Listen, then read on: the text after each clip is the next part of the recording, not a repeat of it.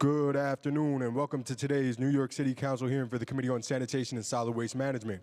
At this time, we ask that you silence all cell phones and electronic devices to minimize disruptions throughout the hearing.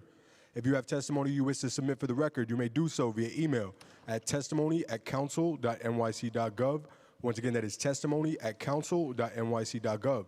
At any time throughout the hearing, please do not approach the dais. We thank you for your cooperation. Chair, we are ready to begin.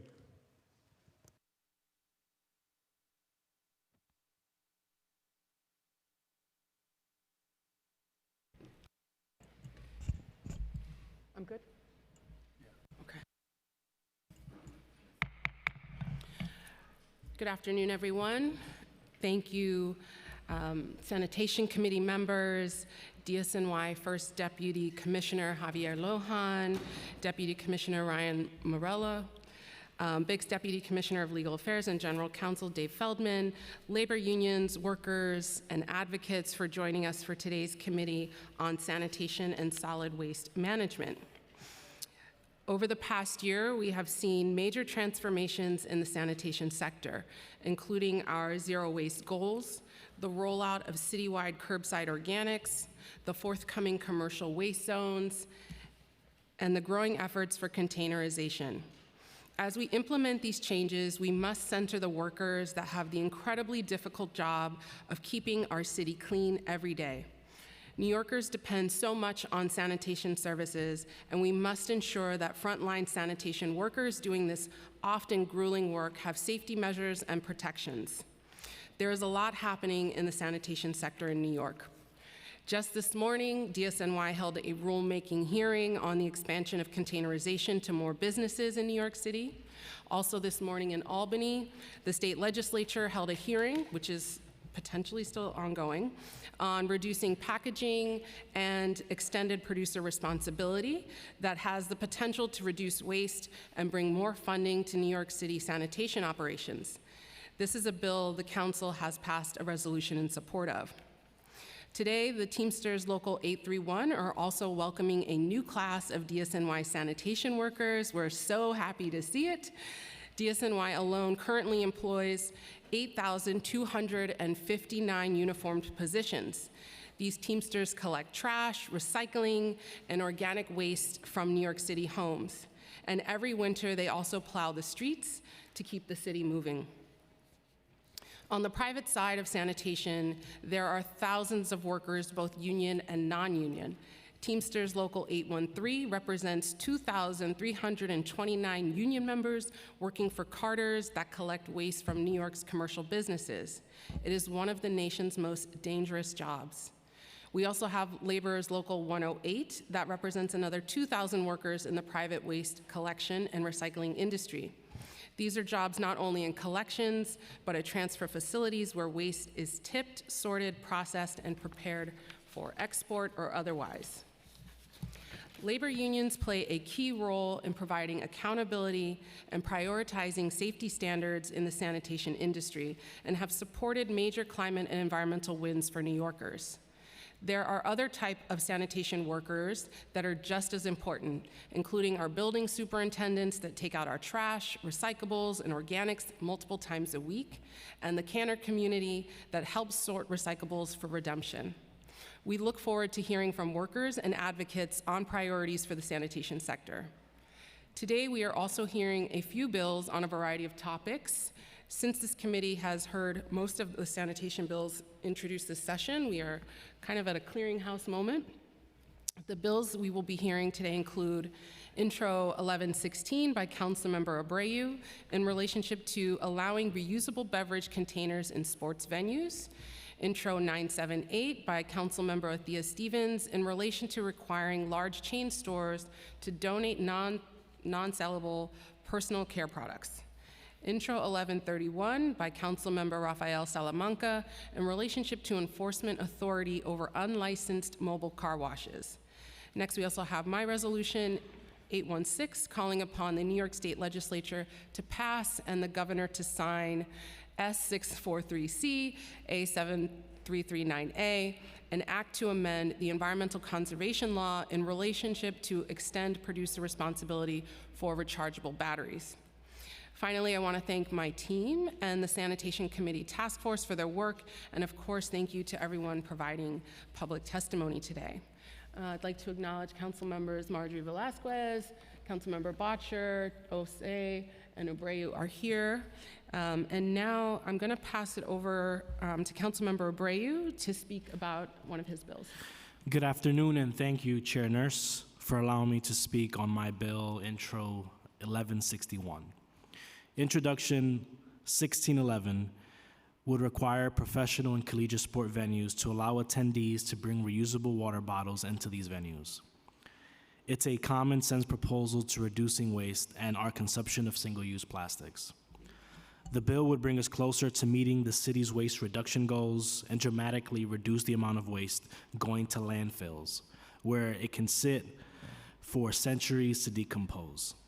More and more professional sport venues have begun to allow reusable water bottles in some capacity, such as Yankee Stadium, Citi Field, and the US Open Tennis Center. We want to build on that. With this bill, we would standardize what is allowed at stadiums, making it easier for attendees to understand what they can bring and cannot bring to any such venue within the city. I mean, just on our research alone, if you go to different sport venues and on their different websites, you can't tell what the policies are, and we want to make it more transparent. We are proud to have the support of Eric Goldstein, who's here in the audience, from the Natural Resource Defense Council, the New York League of Conservation Voters, thank you, Alia, and the Environmental Science Advisor for the New York Yankees, who is also the founder and chairman of Sport and Sustainability International. He has provided written testimony as well. We are looking forward to hearing feedback on the bill. Just on a reading of the testimony, we're glad that the administration supports the goals of this legislation. And I want to thank everyone who registered to testify in advance for their comments. Thank you. Thank you again, Chair. Thank you, Councilmember Abreu. And just before we continue, I just wanted to give acknowledgement and shout out to, I believe, students here up in the bleachers, up in the nosebleeds, from New Explorations into Science, Technology, and Math. Welcome to the hearing. This is, thanks for being here. This is where all the trash talk goes down. Thanks for being here. When Councilmember Salamanca, would you like to quickly introduce your bill? Awesome.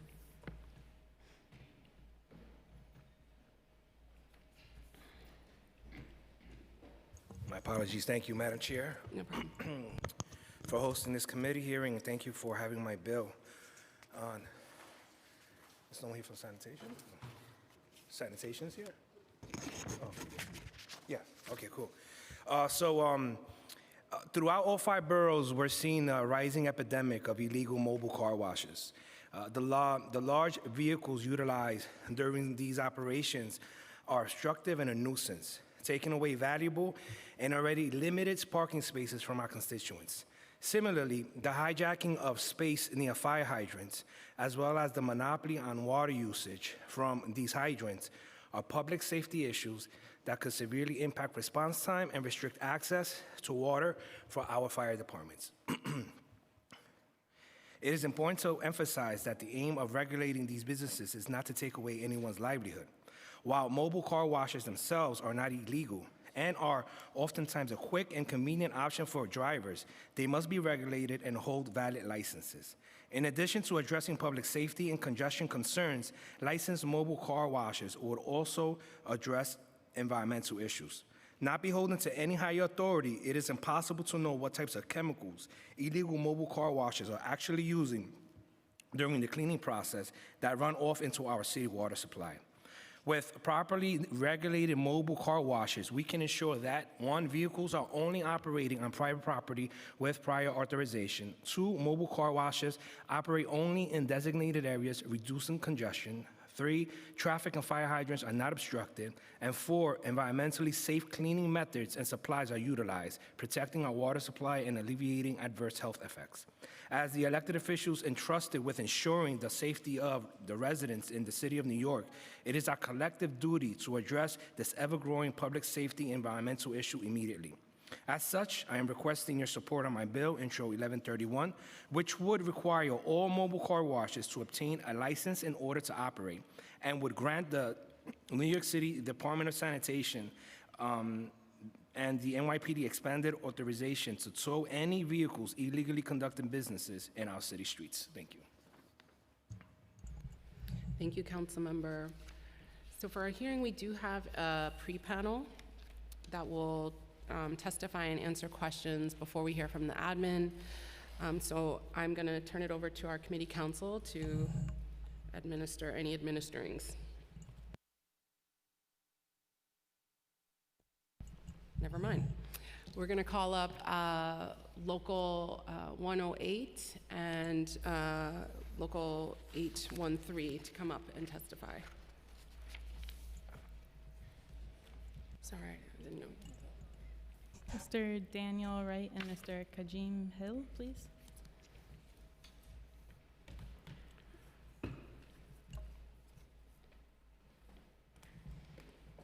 Awesome. Whenever you're ready, you can go ahead.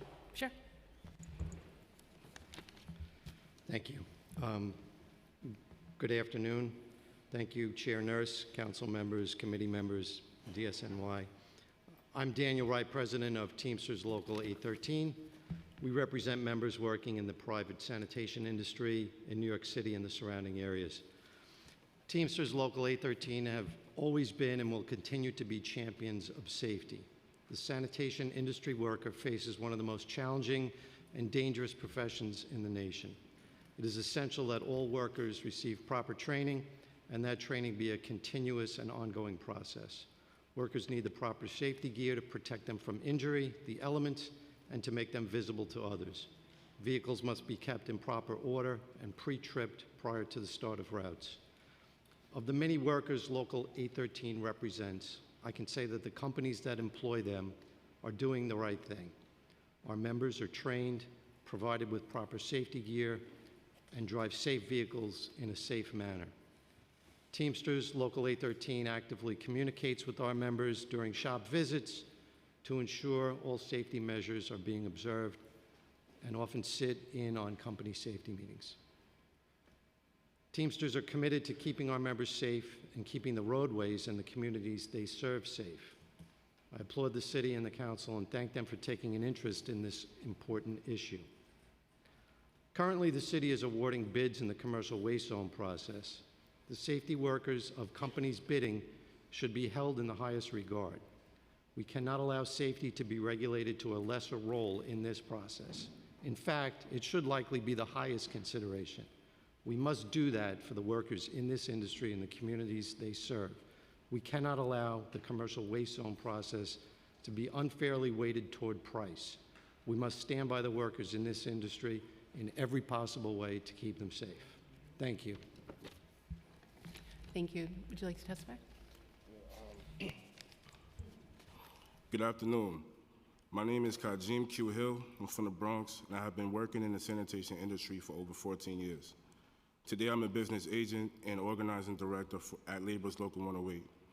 I am proud to represent workers who perform a crucial role in maintaining the cleanliness and health in our city. Workers in the private sanitation industry are often subjected to hazardous conditions because of the negligence of their employers. It is my hope that bringing attention to these issues, the city will take action to ensure the system of commercial waste zones gets implemented in a way that rids the industry of bad employers and advances the safety and well-being of workers. As an organizer, I have seen firsthand people working under unsafe conditions. For example, I have seen trucks in service which lack basic safety features and haven't undergone proper maintenance. Workers are frequently exposed to risk, such as malfunctioning brakes, worn out tires. They often don't follow basic safety precautions. When doing waste collections and disposal and lack of essential PPE, like proper work clothing, masks, gloves, and respiratory protection, often workers don't receive training and are paid in cash. These deficiencies jeopardize the lives and well-being of workers and the general public. Why don't more workers come forward to shed light on these conditions? Because many of their employers use intimidation tactics to silence them. They take advantage of workers' needs to feed their family. This is why I am hopeful that the implementation of commercial waste zones can transform the industry and improve the wages and working conditions of these workers. I am advocating for a clear and accessible path for workers to come forward and provide information to authorities regarding wage theft, dangerous working conditions. I am advocating that the city do more to ensure workers are educated about their rights and are protected from employer retaliation. While we wait for the CWZ's full implementation, we still need to protect the workforce that cleans our city every day. I encourage this committee and council to take action now. Thank you for your time. Thank you both. I have some questions, and if council members have any questions for this panel, just let us know. I wanted to acknowledge Councilmember Menon, and then two people signed up to testify for the public housing hearing, and that is, I believe, in the committee room next door, just to let you know, so you don't sit here for this one. So thank you both for testifying and for the work that you do. We know that workers from both of your locals and workers that are not in a union shop or with a union card are incredibly important to this city. Both of you alluded to the CWZ, and just from conversations we have had, as we're preparing to implement this first phase of the CWZ, we know some companies are, there's going to be there's awardees and there's folks that aren't going to win. So there's going to be some folks that potentially go out of business, merge with other companies or other carders, and just wondering how you all are approaching this transition and what are some of your concerns. How can the council, the administration best support workers who are going to go through this or who may be out of work soon? And feel free to either of you to answer. I think what's important is, we're in a phase right now where the commercial waste zones have been spoken about for many years, and we're finally getting to the process. There are a lot of rumors out on the street or perhaps misinformation.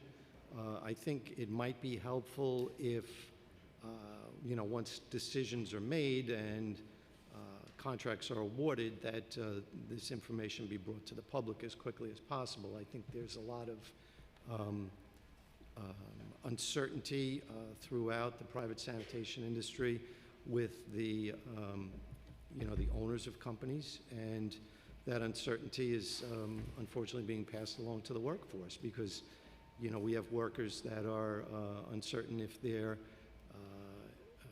employee is going to last, if their shop is going to be expanded with additional workers, or if the workforce is going to be cut. So I think it's important that some clear information be brought to the industry with some decisions that have been made. Thank you. Local 108 is excited to see CWZ moving forward. Our biggest concern is to make sure there is a mechanism for workers to come forth with issues of wage theft and dangerous working conditions. Okay. How have the new containerization rules impacted routes or other parts of the operation? I think, in the beginning, we, like with any change, there are growing pains, and I think in the beginning, it was proving to be difficult for some of our workers in the industry. The containers being issued by the companies, the companies are basically required to protect their container or be responsible for their container. So we had a situation where many small companies were locking their containers or chaining them up so they wouldn't get stolen or misplaced. That was creating an additional burden on workers because now they have to lift the heavy bags out of the containers. We had one of our employers that kind of took the lead with speaking with their customers. The ones that did want to keep their containers chained up or locked, they created a system of a padlock with a universal key so the workers could have access to be able to unlock the containers to dump them. I think as we get through all those issues and ultimately the workers get used to the new system, it's going to be a better system both for the city and the worker ultimately.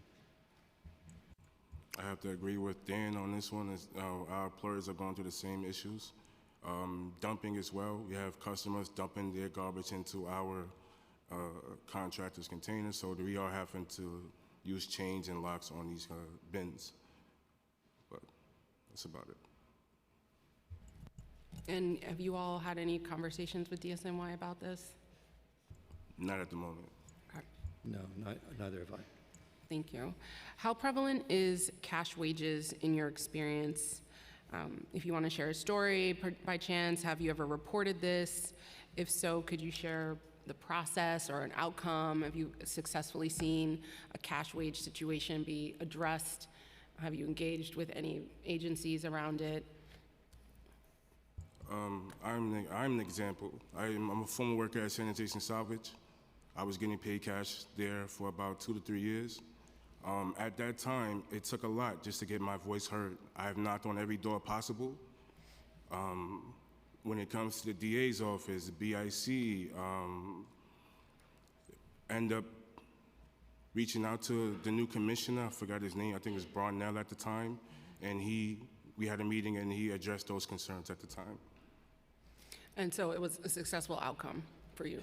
Well, the company is no longer in business, so I believe it was successful. Great. How prevalent to this day is the practice of hiring day laborers for conducting collections, if you've seen any? I'm going to say that that's more common, most likely in the non-union quarters. Small private companies are obviously still, utilizing day workers, night workers, paying them cash off the street, and obviously this, creates a multitude of problems, including, safety issues, because these people are not trained, they're not given the right equipment, and these things, need to be continued to be monitored. Obviously, that wouldn't be occurring within any of the union labor. The employers are, sort of held to strict standards, and we look in on that. So. I'm sorry, can you repeat that question? Yeah, no problem. How prevalent is the practice of hiring day laborers, people getting paid, just brought on for the day, paid cash? Are you seeing any of that? I am not, Local 108 hasn't seen that yet. We have spoken to workers that in the past have worked for certain employees that's in the industry now that are still being paid, were getting paid cash. Thank you. Just a few more questions. In your experience, how often are workers receiving training?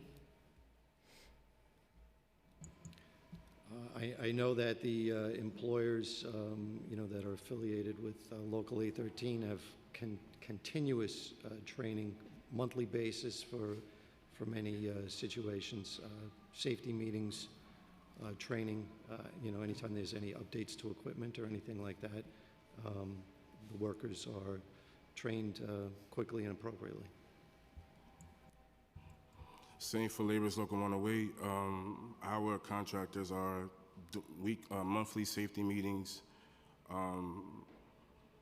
They are also addressing the concerns that from day-to-day season changes and things of that nature.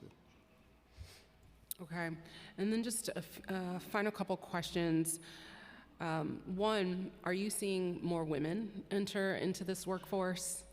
Are you seeing more diversity in leadership or executive roles? And it could be within places you've worked or from your observations and experience engaging with folks. We have seen more women getting into the sanitation department. That is definitely diversity, yes. Okay.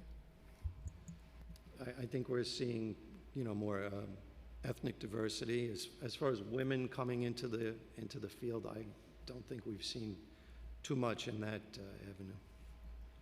Do you have an observation of what roles women are taking up in the sanitation sector? For instance, they were on the Packer truck and roll-off division. I'm sorry, was that on the Packer truck? Packer and roll-off division. Yeah, we've seen a few drivers in the Packer division. And lastly, for workers operating transfer facilities, what particular challenges or concerns are they facing?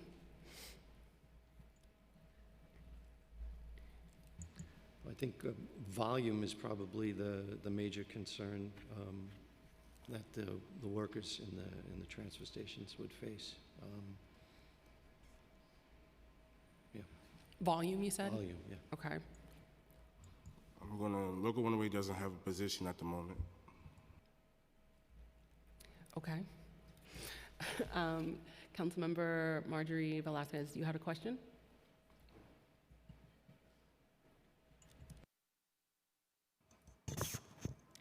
Thank you for coming out today. Just wanted to ask, are you aware of any employees injured on the job and what has that experience looked like? And are these employees forced to continue to work through injury or left not being able to work without pay? Any of the employees that are injured with any of our local 813, all proper, workers' comp claims are handled appropriately. I don't think anybody would ever consider not reporting an injury in the workplace. These things are dealt with, in a very efficient manner when it comes to injuries in our industry with the Carters that we're involved with. Same as Labor's Local 108, any workers' comp issues is handled correctly through our employers. Thank you. Councilmember Menon, did you have a question? Oh, great. Thank you so much, Chair. I just wanted to ask a quick question. So obviously, it's very concerning that New York State remains in the top 5 states in terms of the most sanitation-related fatalities. So it's my understanding that the most common cause of some of these fatalities has to do with the truck itself. Can you talk a little bit about what can be done? How often? Are we inspecting the trucks enough? Are we replacing old trucks with new trucks? What can be done to increase worker safety, in your opinion? I think you're seeing an evolution of new trucks being put on the road on a regular basis. Clean vehicles, safe vehicles. The vehicles in the employers that Local 813 deals with are kept in prime operating condition. The workers are pre-tripping their vehicles prior to going out on routes, and if there are any issues with the vehicles, they are reported and dealt with swiftly and efficiently. I think that a lot of the sensationalism in the news about accidents and things like that, you can trace that back to the safety records of the companies that are involved in these issues.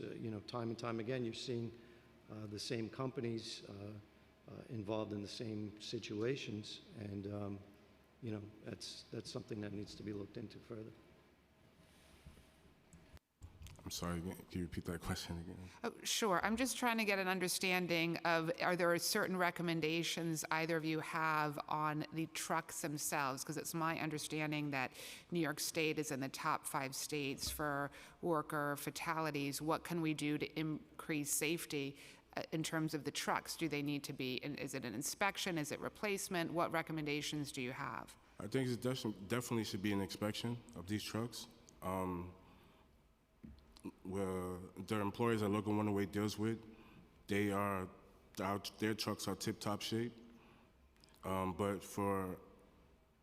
I've witnessed other companies, their trucks are not in the best conditions. but I think there should definitely be some type of inspection going on for those particular companies. As far as the fatalities is concerned, a lot of these workers work under stressful conditions, working to get the route up and not getting paid the proper hours worked, so they rush just to please the employer. Okay, thank you. That's it. Okay. And just to acknowledge, Councilmember Farias is here. I did have a clarifying question for PPE, because somebody mentioned it in their testimony. For, at least for your workers, are employers required to provide certain PPE items for folks on the job?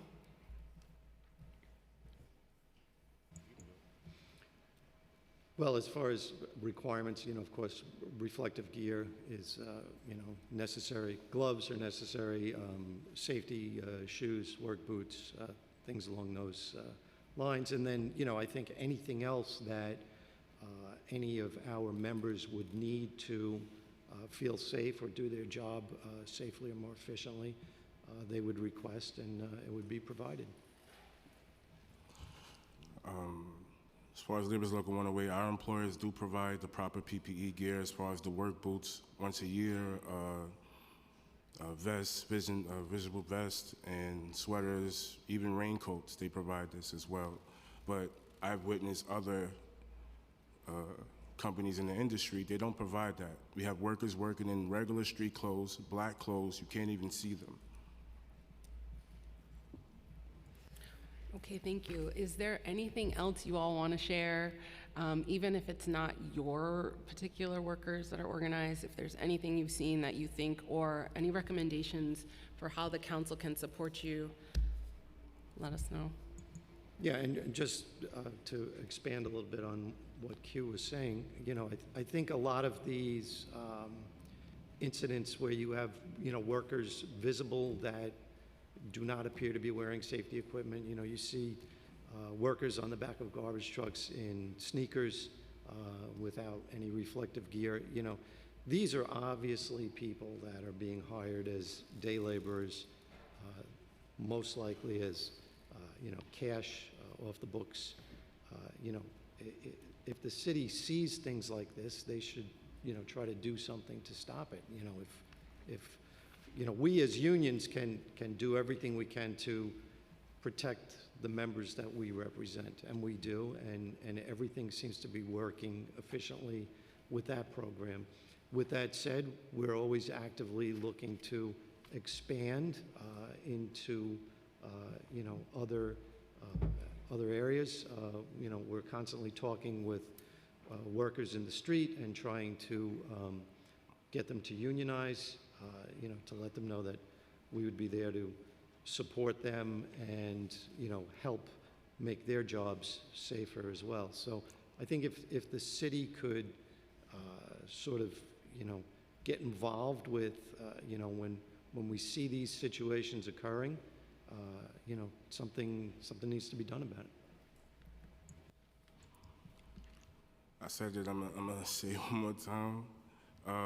I think the city can help Labor's Local 108 out with creating some type of mechanism for workers that's dealing with waste, theft, and dangerous working conditions. All right. Well, thank you both for testifying on behalf of workers, sanitation workers. Really appreciate it. Thank you. Thank you for your time. Yep. Thank you, Chair Nurse. Thank you, Council Committee. Thank you.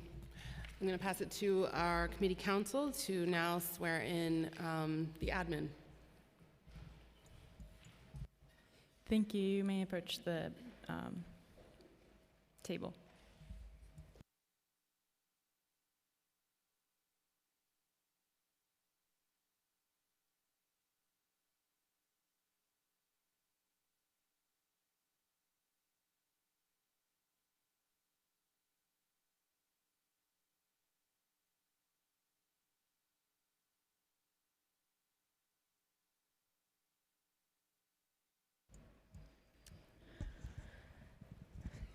Okay, thank you all for being here today.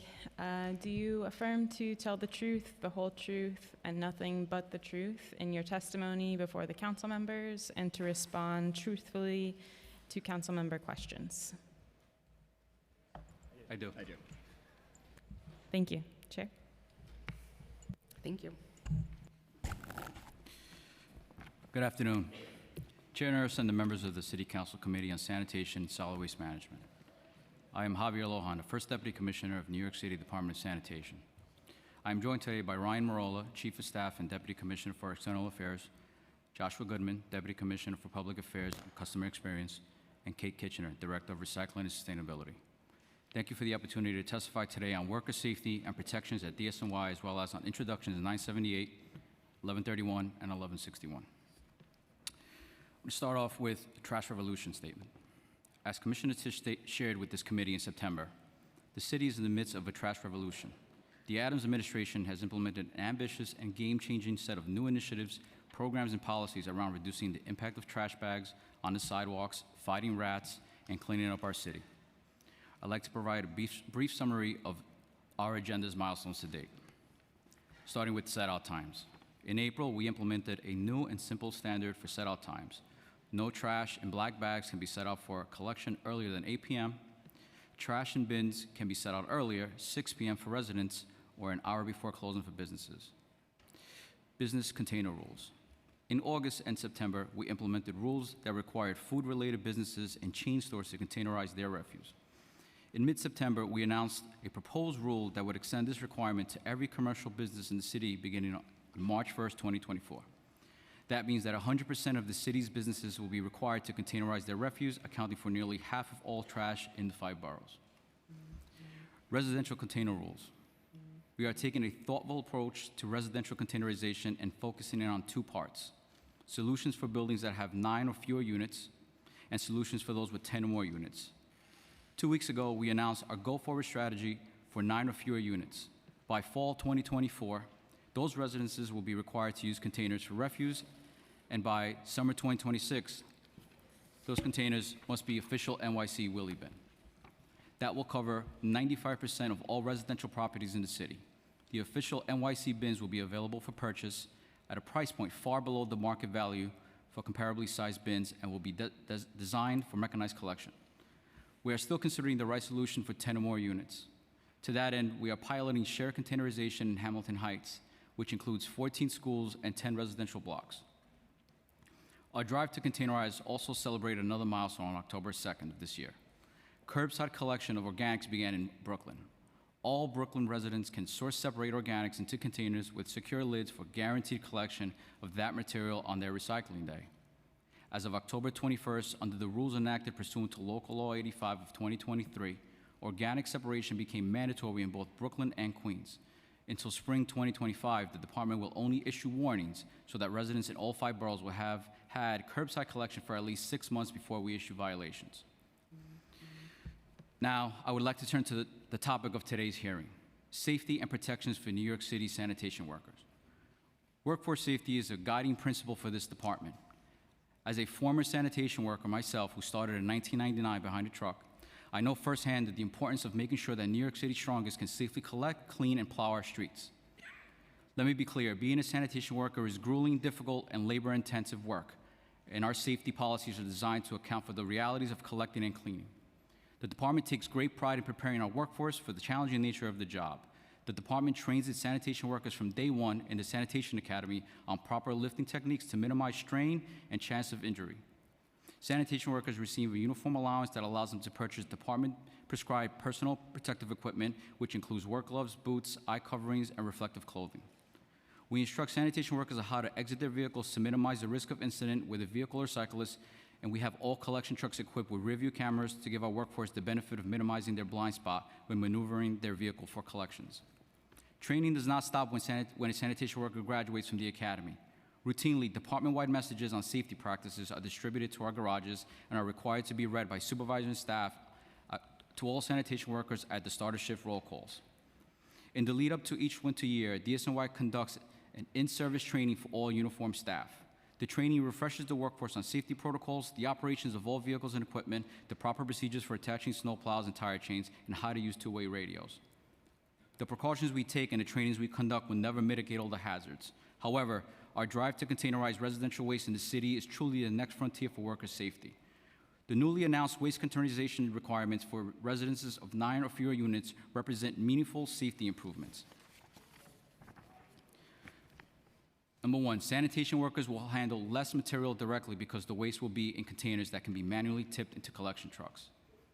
Secondly, the stress and strain of carrying containers to and from the collection truck will be reduced thanks to wheels on containers of official NYC bins. And third, we are assessing the feasibility of giving our workforce the option for mechanized tipping so that they can choose whether to use that aid on their routes. As always, with new equipment, we will review the potential solutions with our partners in Local 831 and thoroughly field test them. The safety improvements are not just abstract ideas. They can be measured against the categories of worker injury that will be less likely as New Yorkers set out their waste in containers in official NYC bins. For example, in fiscal year 23, the department recorded 760 injuries for its uniformed workforce. Of those, more than 40% were due to workers being splashed with an unknown substance while hauling bags and loose material, workers straining to lift and throw material into the truck, and workers suffering lacerations and needle sticks because they handled material directly. These are the kinds of injuries that will become less far likely when our workforce is collecting material set out in wheel containers and given the option to use a mechanized tipping solution. Now I would like to discuss another critical part of the department's efforts to improve worker safety, replacing and enhancing DSNY's fleet. Every day, approximately 1,500 heavy-duty DSNY vehicles are on our city's streets. To properly operate them, sanitation workers receive extensive training in the academy, which emphasizes watching for blind spots while turning, always using a guide person for backing up, using the parking brake, operating the vehicle in poor weather conditions, including, of course, snow, and entering and exiting vehicles using 3 points of contact. These safety practices are reinforced during the starter shift roll calls and through DSNY's annual in-service training. Newer trucks are also safer trucks, and for the past 2 years, we've made great strides in improving the department's fleet. Last year at this time, our fleet's average age for rear loaders was more than 6 years per vehicle. Thanks to significant investments from the Adams administration, our rear loader trucks' average age is expected to drop to just over 4 years in fiscal year 24. In addition to the rear loader improvements, the department has replaced almost 30% of its dual bin trucks and 38% of its mechanical brooms. Along with a younger and healthier fleet, the department is systematically upgrading every heavy-duty vehicle's standard safety features. As I mentioned before, all collection trucks and mechanical brooms are equipped with rear-view cameras, which significantly reduces the driver's blind spots. Now, the department is moving forward with a 360 camera as a standard feature of collection trucks and mechanical brooms. The 360 cameras provide vehicle operators with a full picture of the surrounding environment, far beyond the visual field of side view mirrors. Before the Adams administration, these cameras were tested but never actually piloted in our fleet.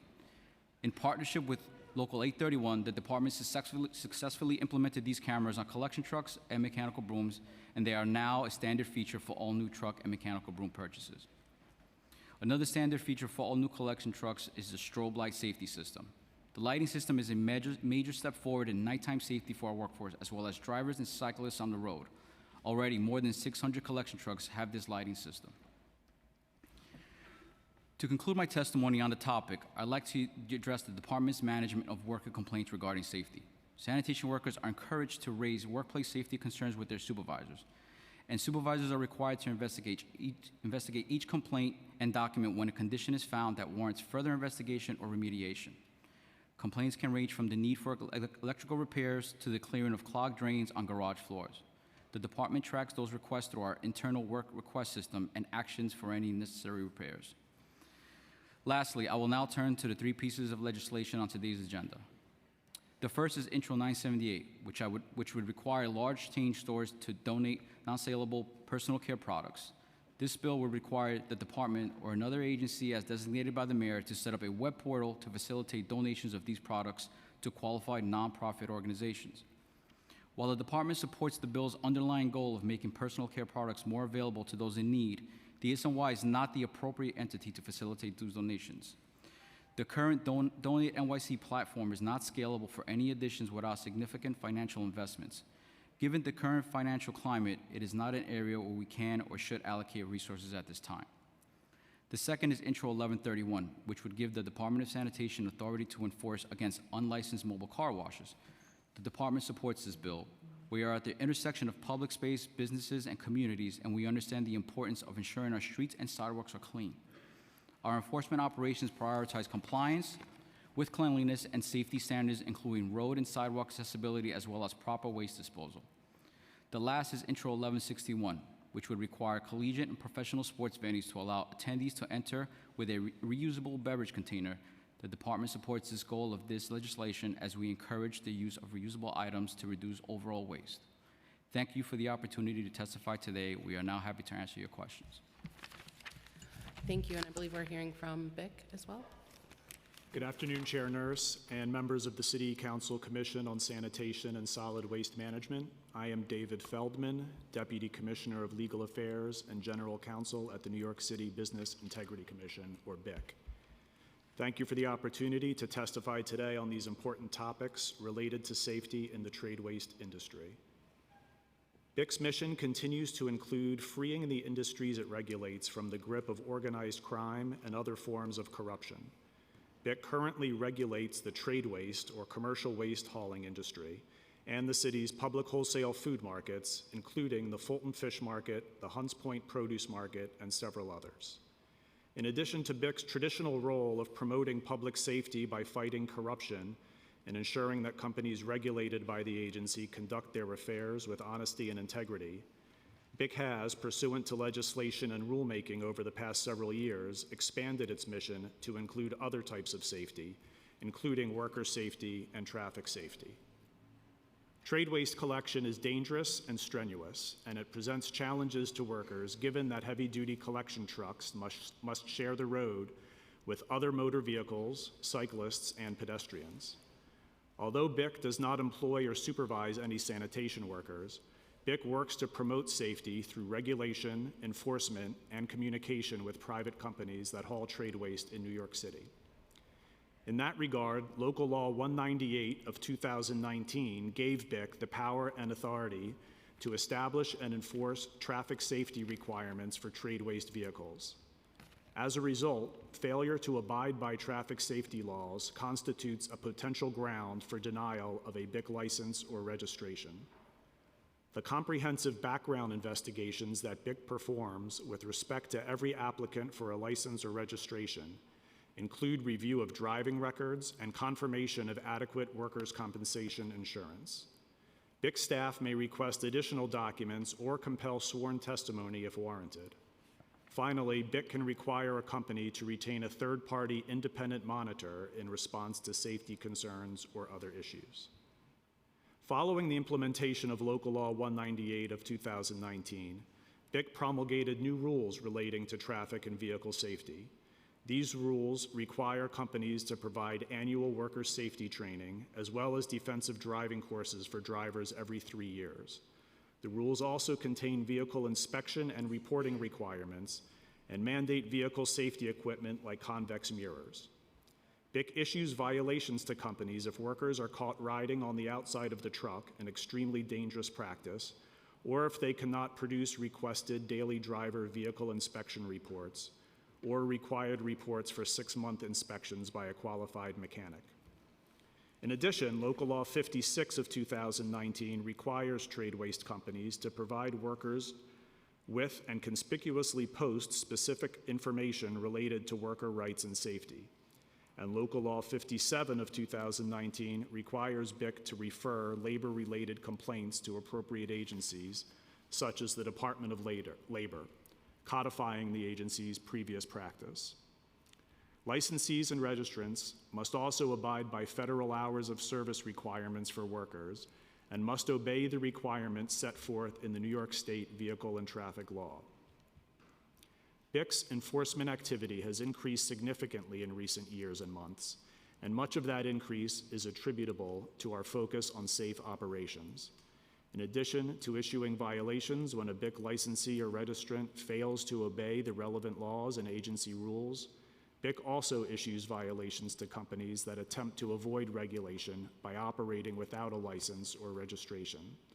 Since August 2022, more than 70 companies applied to BIC as a result of such enforcement. BIC also issued more than 1,200 safety-related violations to licensees and registrants in fiscal year 2023. BIC ensures compliance through truck stops and garage inspections by an investigations unit that is staffed by peace officers, most of whom were formerly with the NYPD, by working with an NYPD squad embedded within the agency, and by resolving complaints. BIC conducts an average of 260 truck stops per month, with investigators active on the street during staggered day, night, and weekend shifts.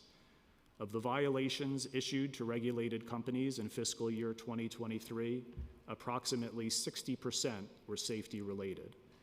BIC's presence on the street is well known in the trade waste industry, and it reinforces the message every day that safety must be the #1 priority during trade waste operations. Each year, BIC fields about 350 complaints, with an average time to reach a resolution of about 7 days. Complaints may concern safety as well as service, cleanliness, or other matters under our authority. A BIC investigator is assigned to each complaint. Follow-up may include coordinating between a carter and customer or member of the public, referring the matter to a partner agency, or starting a longer-term investigation.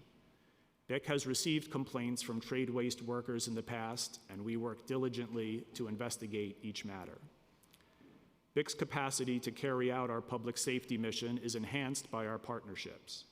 BIC has been a member of the Vision Zero Task Force since 2016 and regularly conducts joint street enforcement with the NYPD's Transportation Division and DSNY. We have a strong partnership with the NYPD's Collision Investigation Squad, or CIS, which investigates all fatal traffic collisions in the city. When one of those collisions involves a trade waste truck, CIS notifies BIC immediately, and our investigators go to the scene and follow up with the driver and company owner to ensure that appropriate regulatory action is taken and that BIC stays informed of pending criminal investigations. In addition, one of BIC's investigators recently completed a course focusing on federal regulations and applying them during commercial motor vehicle safety inspections, which will allow BIC to do joint enforcement stops with the New York State Department of Transportation and remove vehicles from service if it is determined that the vehicle is unsafe for operation. Finally, I would like to briefly touch on our efforts regarding outreach and engagement with the trade waste industry. BIC's job as a regulator involves balancing enforcement with engagement. We are committed to effective industry outreach and to working with the industry to ensure compliance and promote public safety. Commissioner Crotty and other members of BIC's team have attended safety meetings at several trade waste companies and have seen firsthand how important it is to prioritize worker safety and public safety during everyday operations. BIC sends regular electronic communications to our licensees and registrants to share information and resources related to safety, and we engage directly with the industry to address concerns and answer questions to help comply with applicable safety rules. For example, following a spike in the issuance of safety violations this past spring, BIC held a hybrid virtual and in-person town hall event in April 2023 to address frequently asked questions. The event was attended by 300 participants. Notably, safety violations have decreased since then, even though our truck stops have continued with the same frequency, suggesting a potential uptick in compliance. We look forward to hosting similar events in the future. Thank you for the opportunity to testify this morning. I am now happy to answer any questions. Thank you so much. Thank you for your testimony. We're going to start out with questions about the DSNY labor force, and then we'll have questions about the private sanitation sector. And I wanted to acknowledge Councilmember Yeager. Thanks for being here. So just one, congratulations on a new class of workers. It's really exciting. We'd love to see more boots on the ground. We know the last exams were given in 2022 and 2015. Do you all know when the next, or anticipate when a next academy for a new class of workers will be announced? Sure. So as of right now, the class of 95 sanitation workers that went in yesterday is the last projected class for this calendar year. As of right now, we don't have an anticipated date for additional classes at this time. And are you all doing recruitment efforts in high schools or colleges? I know that you've done some stuff out in different communities, but right before this test, which was exciting, I know our office went out and helped. But just how are you doing recruitment to New Yorkers? So I'll pass that question to Deputy Commissioner Goodman. Thank you. Yes, ahead of the 2022 sanitation worker exam, we did substantial outreach that did include a heavy focus on high schools, community colleges, private and public institutions of higher learning. The sanitation worker exam comes up on every few years. It's something that will always be a part of that outreach. In the interim, we also do school-based outreach for civilian and other positions. Great. And how many individuals have taken the civil service exam and are on DSNY's hiring/wait list? So according to our records, about 50,000 people took the sanitation worker exam in 2022, and about 31,000 people made it onto the list. Awesome. You mentioned about safety training, so I won't re-ask you about that, but just to clarify that the supervisors are reading out messages on a daily basis. Is there anything else you want to expand on safety trainings beyond the testimony? Sure. So our annual in-house service training is the opportunity. It was previously our annual snow training. We've then shifted to a different model, which is kind of covering a wider range of aspects of the job. Safety, as I mentioned in my testimony, is paramount to our operation. Again, as I mentioned before, I started off as a sanitation worker, and I did it for 5 years, so I know firsthand the dangers of working behind a truck. So we always take that importance to the workforce to this day. So the annual in-house service training takes all that, driving, working behind a truck, proper lifting, procedures, and of course, pedestrian and bicyclist safety when driving. And then in terms of gender and racial disparity, we know the current labor force is about 3% identifying as women. How has DSNY or is DSNY encouraging more women to join the workforce? What have been any reported obstacles for more women to join? What efforts, if any, are you all working on for retaining employees that identify as women? So I'll pass on some of the things to Deputy Commissioner Goodman, but before I move on, our recent stats on uniformed female sanitation workers, or uniformed female workers in the agency are 9%. So it's improved since, I guess, the last data set you had, which I'll be glad to share with you, Great. your staff. Yeah, and I'll just add that it was a substantial focus of our outreach around the civil service exam, really trying to emphasize that this is a job for anyone who wants to serve the city of New York.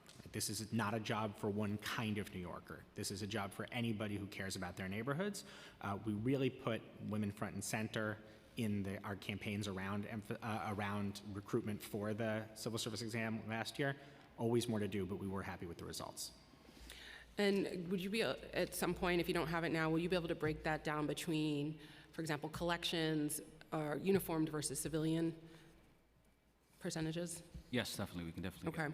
And what is the general average length of time that women employees stay at DSNY? So I don't have any actual stats, but just anecdotally speaking, my experience that women, especially recently, come on the job. They stay throughout to try to obviously to reach service retirement age. The good thing about this agency, and again, I want to keep bringing up myself as an example, is that there's many promotional opportunities that come up. There's currently, today's the last day of filing for the supervisor exam, which is very appealing for many of the workforce. And then obviously there's another opportunity after that with the general superintendent's exam. So that, I think, the advancement opportunities keeps, not only female sanitation workers, but all sanitation workers engaged in wanting to stay here as a lifelong career. And also, I just wanted to note, I think we've brought it up a couple times in our budget hearings that I believe all of the garages now have different gendered bathrooms at this point. Are those all completed? Correct, yes. Okay. They've all been completed, thankfully, so. That's awesome.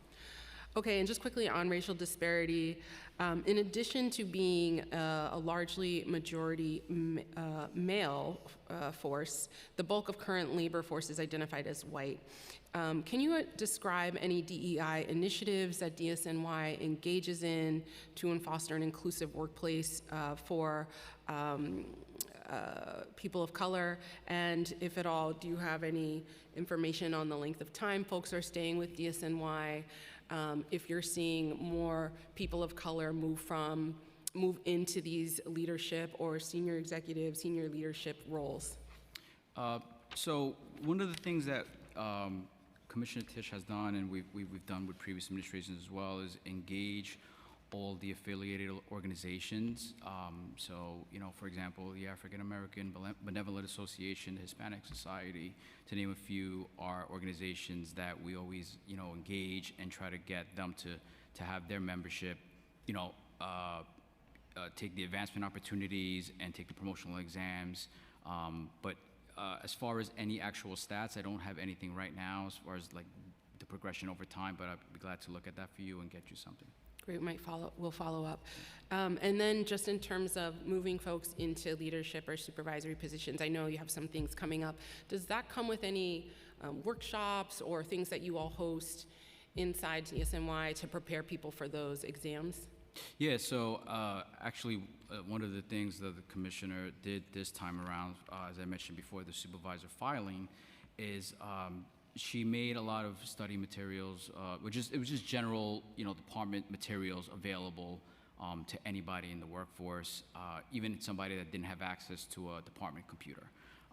So we were able to get them all the materials so they can study, have that ahead of time. We did that well in advance of the actual filing date. And then again, we encourage and promote any kind of study sessions that the affiliated organizations have. But yeah, so those are some of the things, name a few. Okay, I just want to talk quickly about the vacancy rate. As of August 2023, DSNY civilian positions held a 7.1% vacancy rate. What programs or services, if any, have been delayed as a result of this vacancy rate? So thankfully, no programs or services have been delayed as a result of the vacancy rate, and we've onboarded 34 civilian positions since then. Okay, and my understanding is that you all have hired 280 positions beyond what you're budgeted for. Can you describe the reasons for that?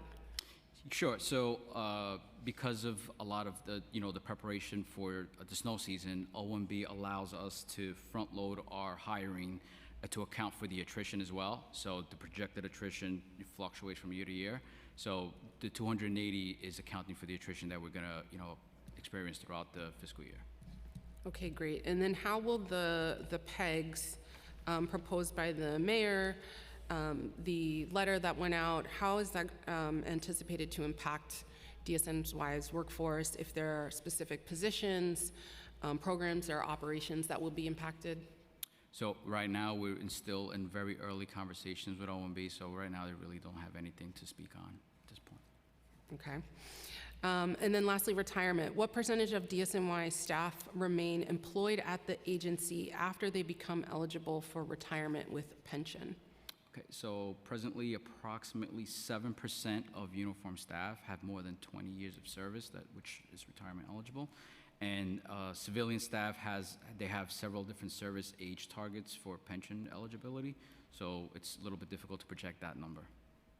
Okay, so 7% currently are beyond 20 years. Right, okay. And then do you all I know we passed legislation, I think, requiring all city agencies do exit interviews, but is this something you all were doing previously?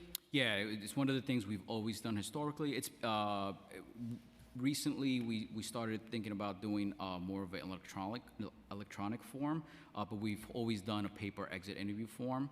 All the uniformed retirees or separations are done at our personal management division at headquarters, and all the sanitation workers are required to fill out an exit interview form when they file for retirement. Okay, and are there top reported reasons given for employees leaving before they hit that retirement eligibility? We've come across various reasons, but nothing unique to DSNY. Obviously, some of it's salary related, but really nothing that stands out that's different from other uniform agencies. Is there a top reason? No, not really. Pretty much the same as other agencies, yeah. Okay, so just not enough salary is an issue? Yeah, not enough salary Okay, is an issue. there's no other reason?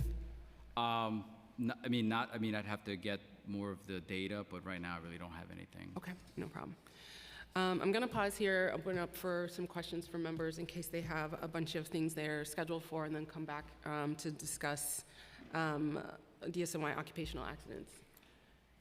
I believe we have Salamanca, Councilmember Salamanca. Thank you, Madam Chair. Good afternoon. Thank you for attending today's hearing. I want to start by really thanking your agency for the relationship that my office and your office has, and it's shown in my community, especially the addressing the illegal dumping. I have two IBZs, industrial business zones, that are prone for illegal dumping. I know my colleague has the same issue as well. And being able to work with your office, allocate funding to put these cameras and capture these individuals who choose to dump their garbage and destroy our communities, and really holding them accountable it has played a major impact in my community. So thank you for that. I want to thank you also for your support for Intro 1131, which will address or give you the authority to enforce these illegal car washes. Should this law, and when this law gets passed, how do you envision enforcing these illegal car washes? I'm going to pass that on to Deputy Commissioner Marola for this. Sorry. Thank you, Councilmember. We're working through those details now, but generally, the way the law is written, the department itself, as the department, would have the authority, which means that we'd be looking to assess whether it would be enforcement, supervisors, or a combination thereof. I do know that, as you know, we've gone through every neighborhood with our supervisors looking at cleanliness issues, our enforcement teams looking at cleanliness issues, our sand police looking at illegal dumping. So we have the right types of people ready to go on this. What I would also add is that because there might be a nature of confiscations here, this is part of concurrent authority with DCWP that we could do that they couldn't because we have sand police, we'd be able to affect that. So the details, we'll talk to you more about it as we look at it, but it gives us broadly a way of doing it throughout the whole agency. Currently, this bill, one of these bills came about, the amount of car washes that are popping up in my communities. Some of my colleagues in the Bronx have this issue is bigger in their district than it is in mine. So it came about because we realized when there's alternate side parking and your truck, what's it called? Mechanical broom. Your mechanical broom. There we go. Your broom is coming down the block. These vans are not moving, and therefore our streets are remaining as is, dirty. What are you currently doing now for when these vans are not moving for alternate side parking and have no tags, because many of them do not have licenses or registrations? Whenever we encounter vehicles that are preventing our brooms from getting on the streets, we have, of course, the ability to ticket them. If we see no license plates, this is also where we partner with the local precinct and report if it's something that's not an abandoned vehicle, it's actually an occupied vehicle and we can't move it. But we are constantly trying to monitor the streets for our broom's ability to navigate them. We understand that this has created a particular issue in your community and others. A lot of our Bronx garages watch for this and make sure that they know those streets that they might not be able to get brooms down and pay close attention to them. You know, having mobile car washes is permissible in the city of New York if you legally have a license through the Department of Consumer Affairs. How would you envision working with the Department of Consumer Affairs should this bill be passed? I've spoken with our colleagues at the Department of Consumer Affairs Worker Protection now, and they very much so appreciate that there is an open process for folks to get licenses. This is not a capped process. This is something that they just don't get the number of applicants to for the amount of car washes that are seen on the street. They're thinking through that as well. DCWP is excited to have a partner in trying to make sure that unlicensed car washes have more meaningful enforcement and that it might bring more people into the fold.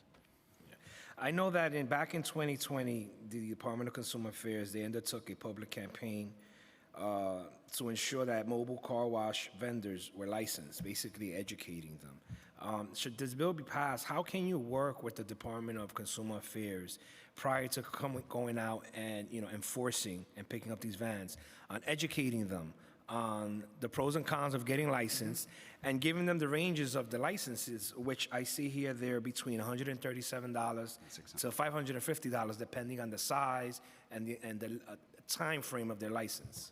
That is a question I'm going to come back to you on after I've had more conversations with my partners there. They understand there is a need for that type of education that you're describing, so people know what the licensing fee is, but also what the requirements are based on a licensing fee. I'll come back to you with that, sir. All right. With that, I want to thank you again for your support, and I thank you, Madam Chair, for allowing me to introduce this bill and have a hearing. Thank you, Councilmember Salamanca. I just want to acknowledge Councilmember Gennaro. I'm going to pass it to another member, but since we were on the topic, I had just a couple questions related to Intro 1131. And forgive me if you've already said it. Does the department currently have the necessary infrastructure to store vehicles or equipment seized if this bill is enacted into law?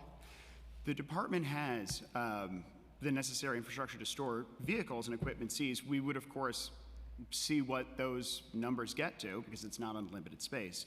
But we also don't envision necessarily this being a confiscation-heavy operation yet. We need to get on the ground and see what it's like after we start talking to a number of the folks who are unlicensed and seeing how violations being issued, changes or affects the streetscape. Mm-hmm. And is the department sufficiently staffed to undertake the enforcement required for these additional duties? We are assessing that now with our partners at OMB. And so I have a question about a little bit more about how this would work. So when, somebody calls the district or tweets at us or whatever, we call the garage or a community affairs person, hey, we got this going on over there. And it's pretty, if they can, they'll go try to deal with it. Sometimes if they've gotten extra money from the council member, they have more flexibility, they can send people to do it. Is this going to be the same process? And, in terms of which type of worker will respond? Because a lot of times this is a situation where a car wash is in front of someone's driveway, or it's on a random street, and there's a whole line of people lined up to get their car washed in a random area. So how would that work? How would council members interact with that? Because it's not the way the street vending has been. That was a recent addition to your all portfolio. Is it's not clear if we could just call the garage, or if we could just call our district supervisor, or who exactly is dealing with that at the district level, or if we have to engage directly at a higher up level, which might not be the best use of your time. So how will this be operationalized in a way that kind of fits into how we normally engage with these types of calls and requests? Chair, my answer to that will be, I have to come back to you with details. And the reason being is that we are given a lot of flexibility under the laws that's proposed right now for our supervisors and our enforcement agents and our police. It seems to be able to do violation issuing and inspections, which is very helpful in that. So I don't want to say how the operation would work yet in theory or in practice, but I would say that all of our garages are always talking to the boroughs and talking to enforcement, and we make sure that when issues are brought to us, it is circulated within the agency to the right place, which is why I need to work out those details so the right place is apparent, and that type of communication structure will flow the same way.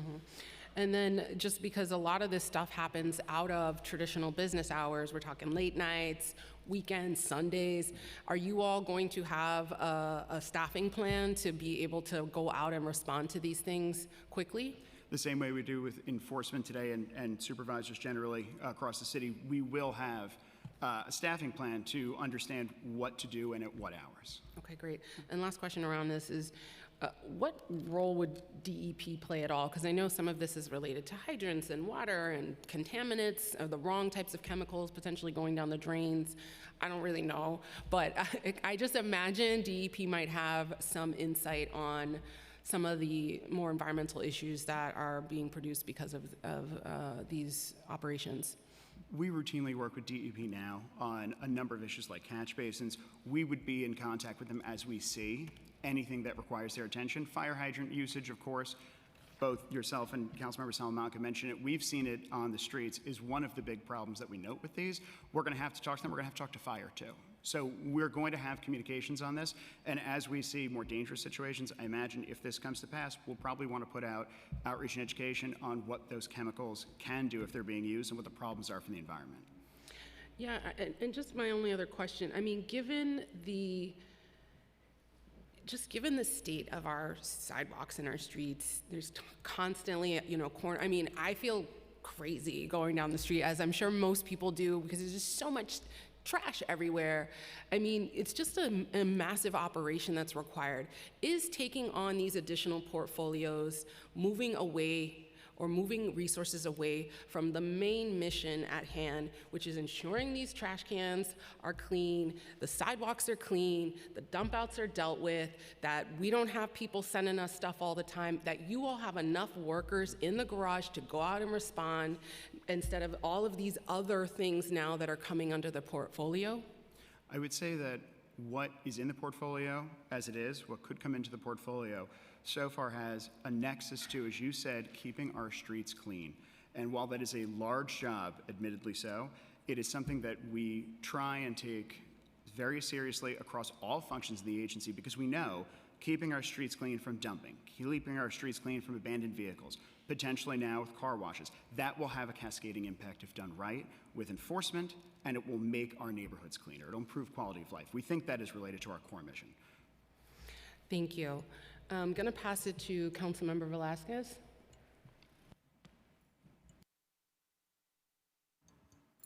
Thank you. So I have a couple of questions for you. First of all, I want to thank you for the work you're doing with the garages for both stations 10 and 11. We know that they have been in chronic disrepair for ages, and we're looking forward to that, a significant investment in the new building. And I also want to give credit where credit's due with the workers there and how they were able, to the point where we're having more women join the force, really fix the restrooms for that facility. So let's give them a credit and thank the workforce there. That being said, how has the department involved the union in the design, pilot programs, and use of new technologies such as new bins, cans, and truck outfits, which are intended to be used by the workforce? Sure. So we always involve the union, when it comes to any kind of new equipment or technology that's going to involve sanitation workers using it. They have an equipment committee that's comprised of six sanitation workers chosen by the union themselves. Anytime we introduce something, we speak to the union. They ask us to convene the committee, and we gladly do so. They're released for the day. Depending on where, most of the time it occurs there in our central repair shop in Woodside, Queens. And we go over the equipment, and then they provide feedback or any comments on it. Most of the time, we always make, adjustments to anything or any feedback that they have. Obviously, if it's possible, if it's not restricted through any kind of engineering constraints or anything like that. So that's usually how we deal with it. Thank you. And I also have an additional question. What steps has the department taken to ensure that the new technologies and tools account for worker safety? So that's one of the things that, we definitely take very seriously.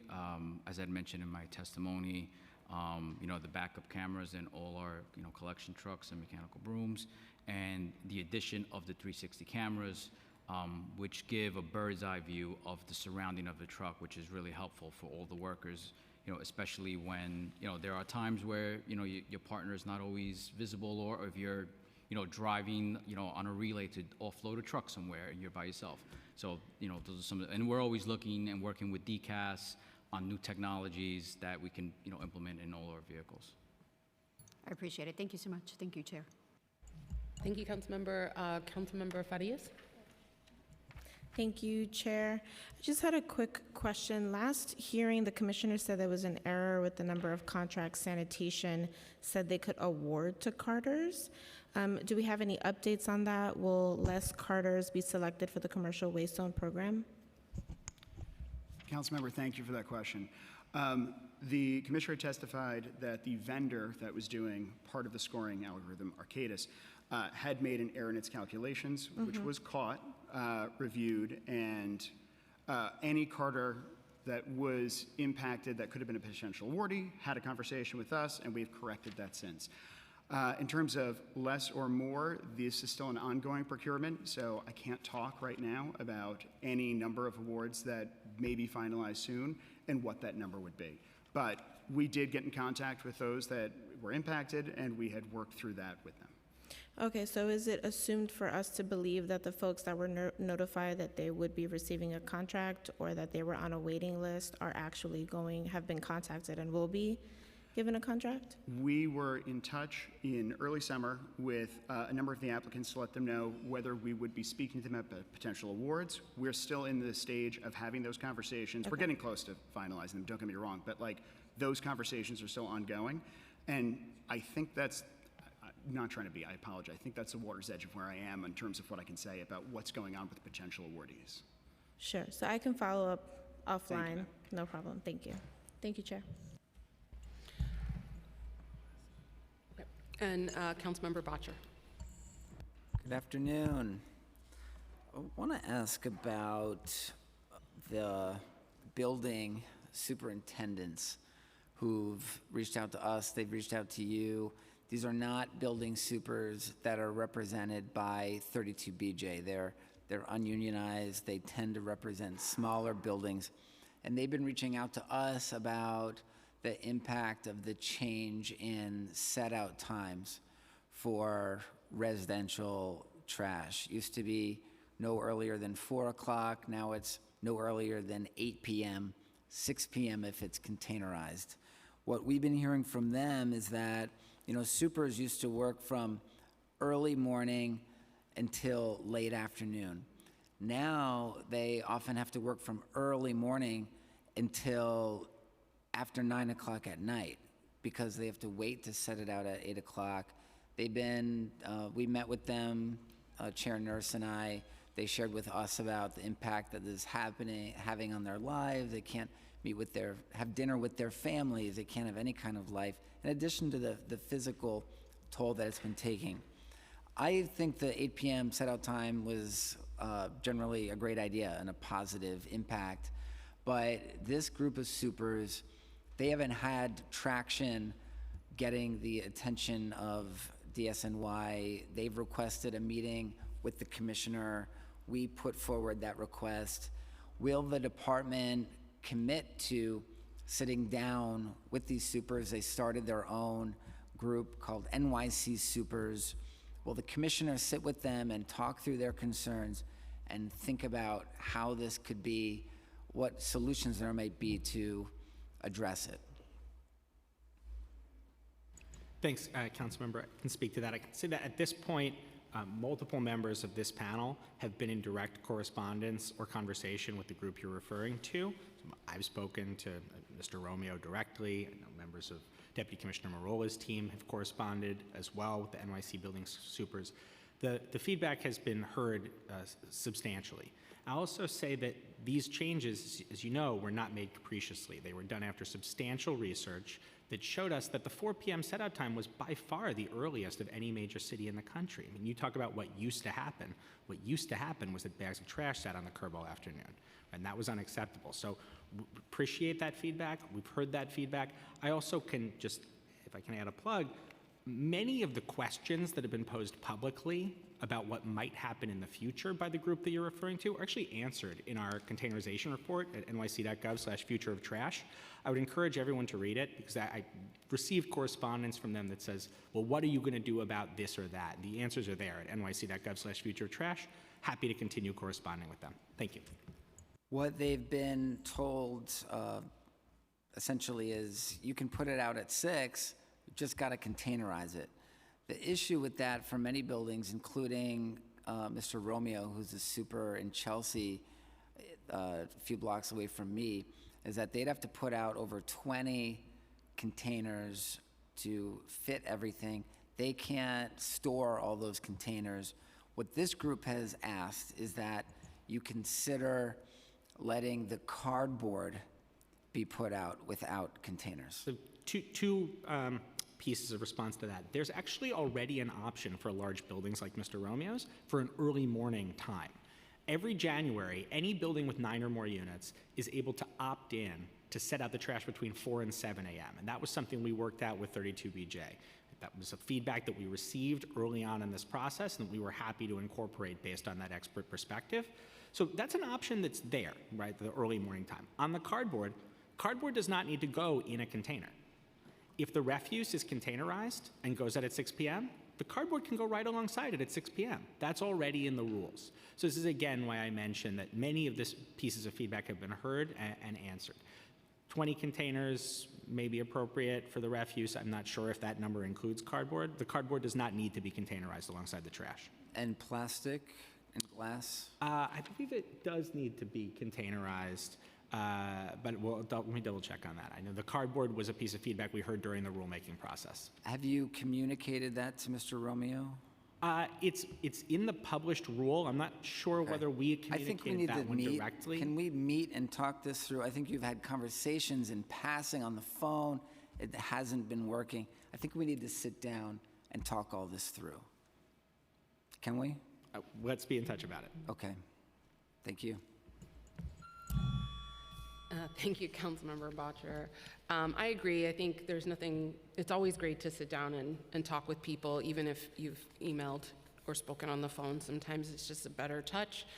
Folks feel heard, and obviously that's why it's so great to have a unionized workforce, and I really wish that they were a part of it, because I think some of those issues are related to that sector, and some of the pressures that they're feeling that potentially they wouldn't feel if they were a part of a union. Small plug. Okay, so I'm gonna go back to my line of questioning. If council members think of something you wanna ask, just let me know.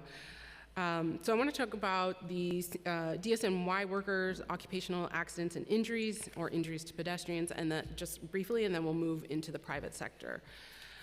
So how many fatalities, work-related fatalities, did DSNY have in calendar year 2022? So in calendar year 2022, we did not have any fatalities, but I do want to state that in current calendar year 23, we haven't had any directly related, fatalities of any workers while in performance of their duties, but there were, fatalities of 13 sanitation workers who were active but not in the course of their duties. So I just want to, unfortunately, we've had a few freak incidents, and they weren't actually performing their duties, but they were active members. So I just outside of work. Some of them were actually working. It just wasn't in the performance of their duties, Okay. like during a break. Could have been different situations. So not related to equipment or collections Correct. or anything like that. Got it. Sorry for that. And then just when something like that happens, can you just briefly go over the process, procedures, steps that happen for the record? Sure. So Immediately, through channels, headquarters is notified, all the exec staff and the unions are notified. Obviously, if the family members, are not informed, that we reach out to them. If it's like something that requires external authorities, we always work with, NYPD or FDNY or any external entity on that. And then internally, we always provide support through our employee assistance unit. So usually we send counselors to, the work location for any kind of support they need. And we always work closely with, the unions and the workforce on anything that they need, related to that. And then for injuries, how many injuries were occurred, work-related, in 2022 and or 2023? So we, part of our MMR reporting is the line of duty injuries. So for fiscal year 23, there were 760 work-related injuries. And can you describe the circumstances under which these injuries occurred? Sure. So obviously, varied greatly, but the majority of them were due to sprains and strains, cuts, punctures, and then crushing and bruising, and fractures. Mostly during collections? Yes, mostly during collections. Yes. All right. And then injuries to civilians and pedestrians. What processes are initiated when DSNY is involved in the fatality or injury of a pedestrian or other civilian? And are there any common scenarios in which a pedestrian is injured? So immediately, NYPD is notified, and then we always follow their lead on that. We always do a post-accident performance evaluation, which entails drug and alcohol testing, and then the employee is not eligible to drive until the results of those tests come back as cleared. In some cases, they may be required to do physical fitness testing at our healthcare facility located on Beaver Street, and then they look for clearance as well. And are the majority of incidents in collections, or are there any post-collections injuries that you all report? So it varies. The majority of them are during collections. There are a lot of them that happen during our employees relaying trucks to offload at the disposal facilities. So it ranges, but the majority of them are during household collection operations. Okay, thanks. I'm gonna pause. Did you want to ask your question? Sure. I come back. Just let me know. No, yeah. I saw you on the list. Thank you, Chair Nurse, and excuse me if I am repeating a question. There was a hearing next door. But on monetary relief and aid for sanitation workers, does that exist when sanitation workers and their families are in an event of an injury or death on the job? Or do they receive compensation for an accident if that were to happen? So I believe that they're entitled to some, depending on who the beneficiary is, they're entitled to whatever they contributed to their pension. If the employee, is able to retire and then passes away, then if they elect to, leave that benefit to somebody, then that would be passed on to them. But that's to the extent of what's provided to them. That's it. Thank you. Thank you. And I'm just gonna bring up Councilmember Farias again. Sorry, I'm back, y'all. Just a couple of quick questions after I'm reviewing the testimony from DSNY on intro 978. Can I get a better idea of the team that DSNY has at Donate NYC? How many team members, if you folks were impacted or that division was impacted by PEGS?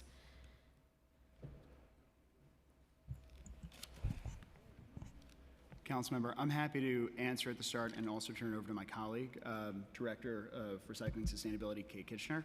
So Donate NYC is a small team, and while PEGS isn't necessarily the thing to think about for it in terms of impact, when it was founded many years ago, It had a very specific purpose for facilitating some general goods donations, and at one point in time only received extra funding for food donations.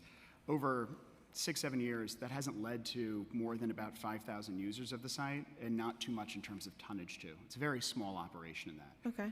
And so in what you read in the testimony, what the First Step testified before is, we know that if we're going to actually try and expand this, which it hasn't been done in years, we would actually need to invest resources in doing that, both personnel and non-personnel.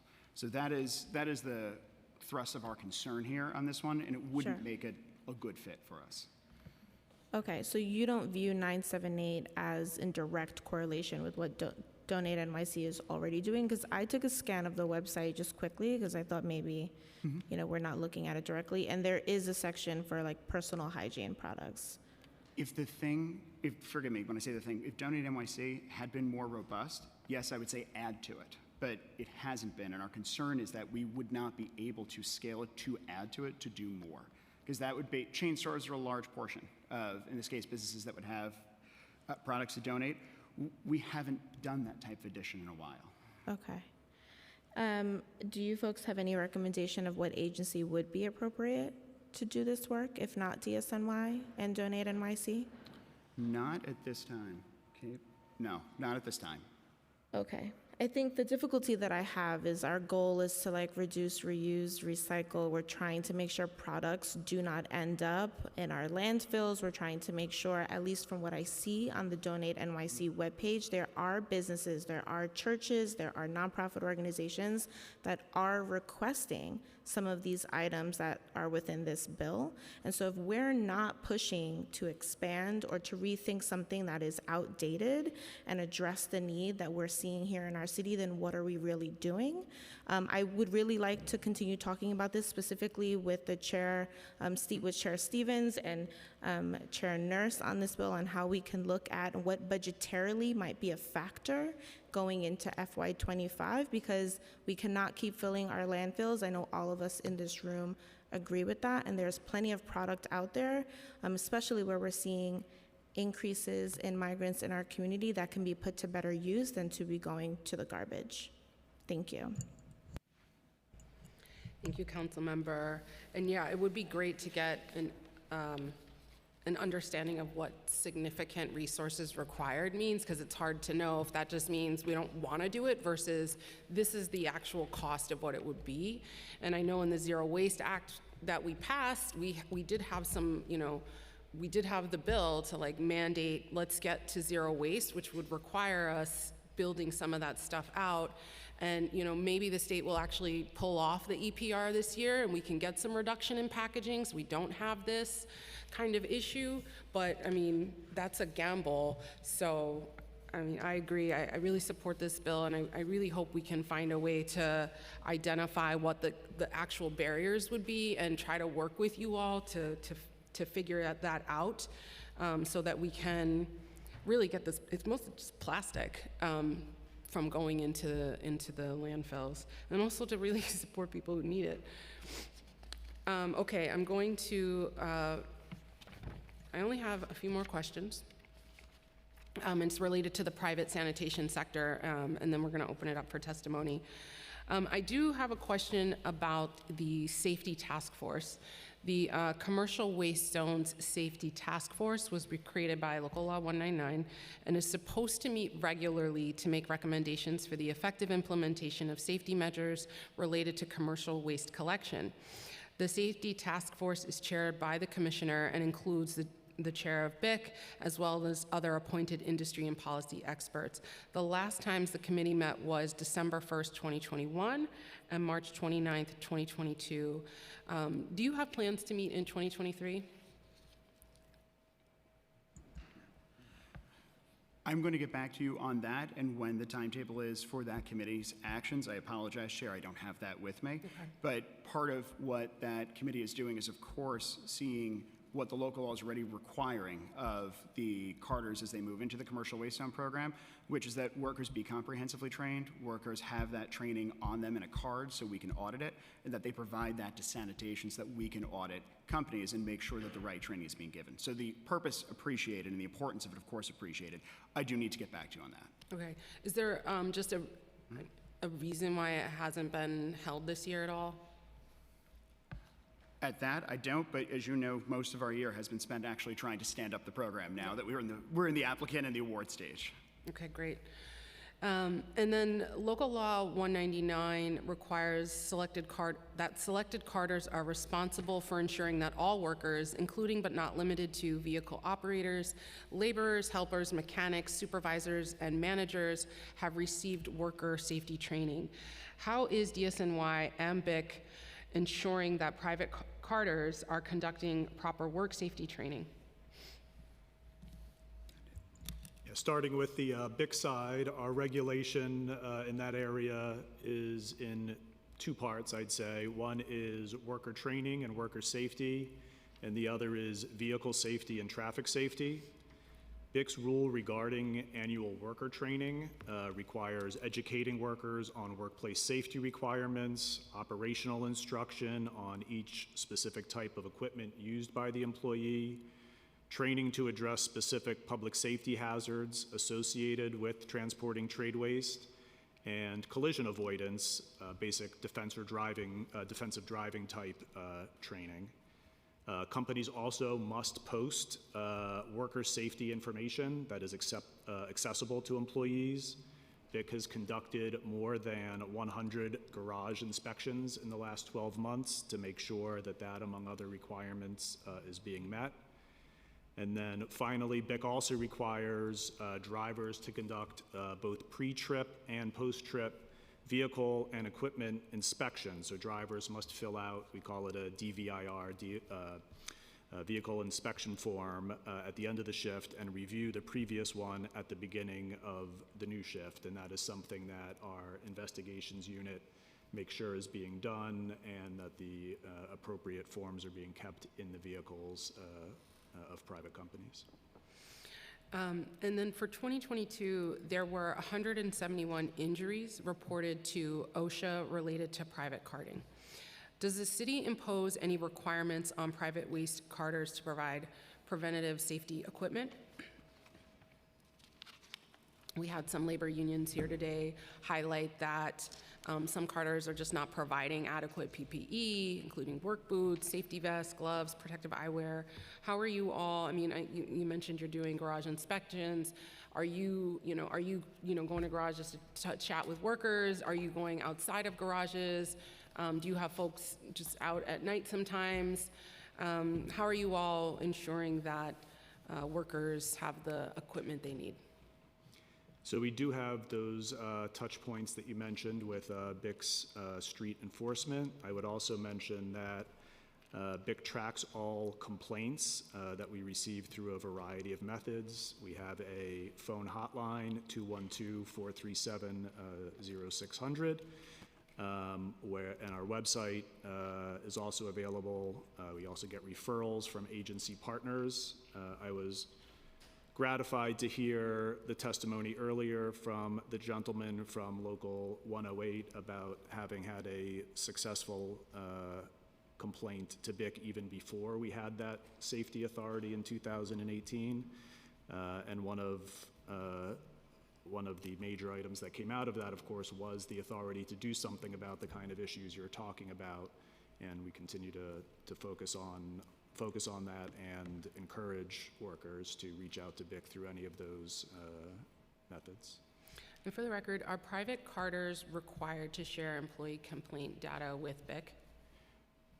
They do not have to do it in real time. However, private carters are required to respond to BIC information requests. And so if BIC were to receive a complaint in that area or to otherwise be investigating it, we would issue an information request to the relevant carter, and they would absolutely be required to respond to that.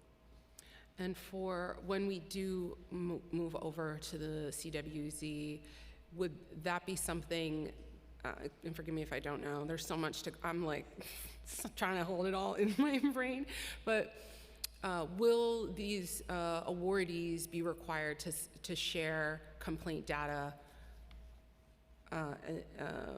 when we move into this with the city? I'll come back to you with the exact requirements on their data sharing for complaint data, but you know very well that the local law absolutely protects any worker that wants to make a complaint known to sanitation, and that sanitation is authorized to investigate it fully to see what's happened and whether or not the Carter has to be held responsible for violations. Okay, we've talked about cash wages a bit.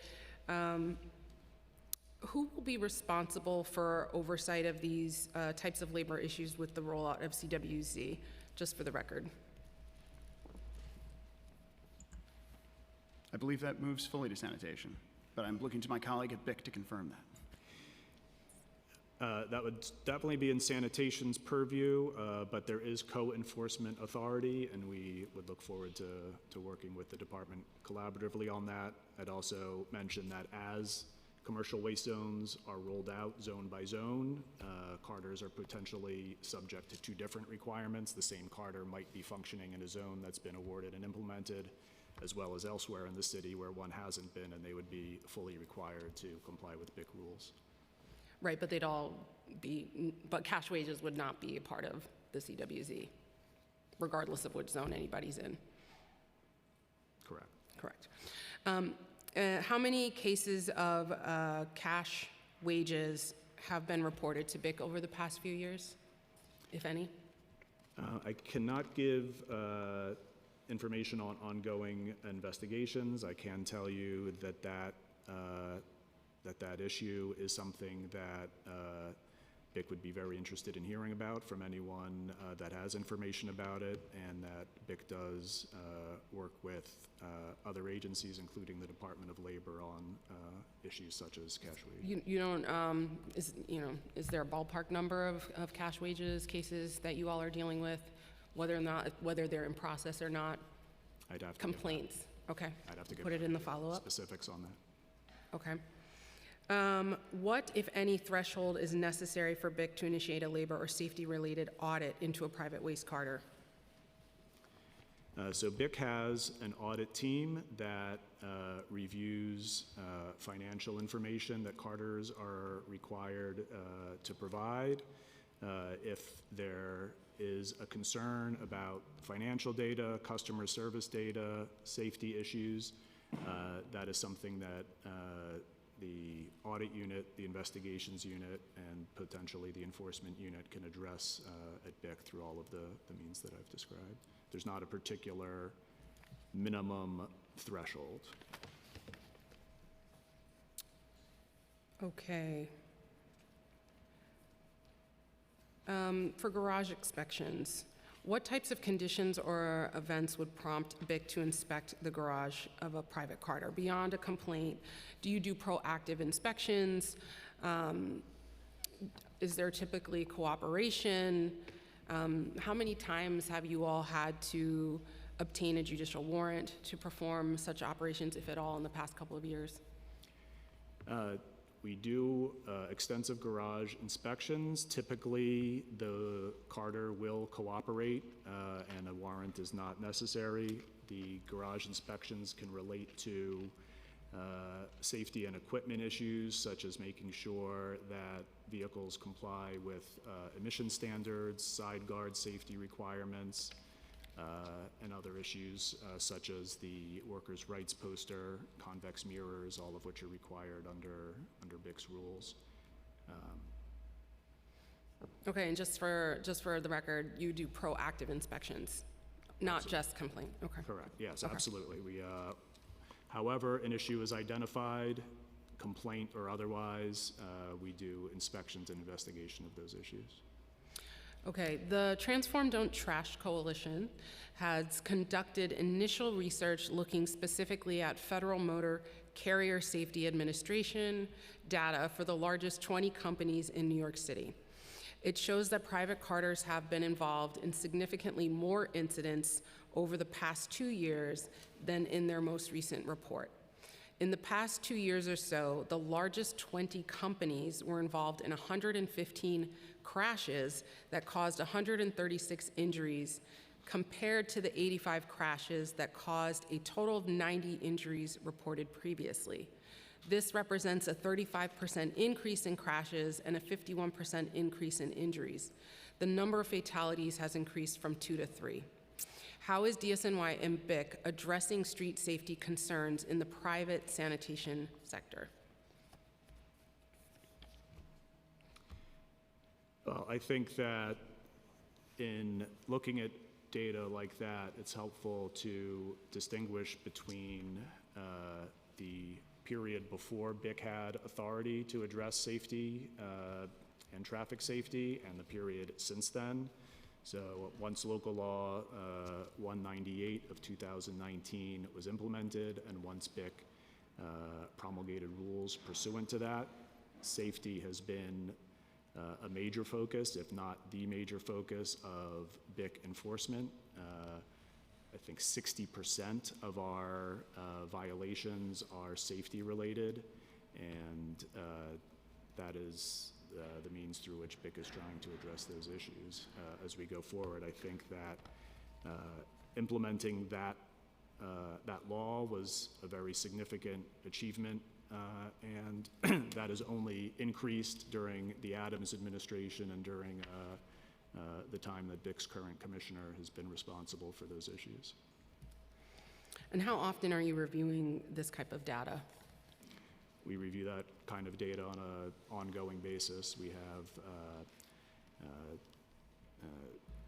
data analysts at BIC and policy analysts that review that data as part of their regular job.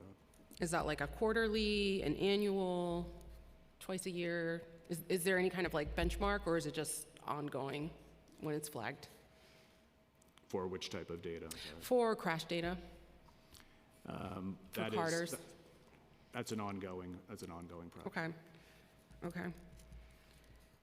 We have heard from labor unions that they're getting, some of these carters are getting idling tickets, even if their truck is certified clean idle, for whatever people value clean idle as.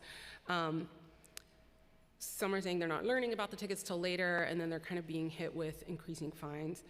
Can you just describe, I mean, that was like the first time I had heard of the clean idle trucks. Can you just describe those at all, and are you notified of these tickets?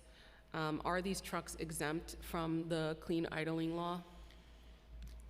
I have to refer questions on that to the appropriate agency. I believe it's the Department of Environmental Protection. BIC does not issue idling violations for trade waste vehicles. We do have some limited activity on that area in the public wholesale markets. Civilian, kind of like citizen complaints. Right, there's the citizen complaints, but that, again, is not a BIC process. I believe it's DEP through oath, but BIC is And not. they don't, but you never get notified of these types of tickets, or you don't receive any data of that at any point of the year related to Carters? Right, we don't issue the tickets, we don't get that data. We've heard the same issue that you've heard about, but that's not a BIC issue. I think, I'm sorry, I have 2 more questions.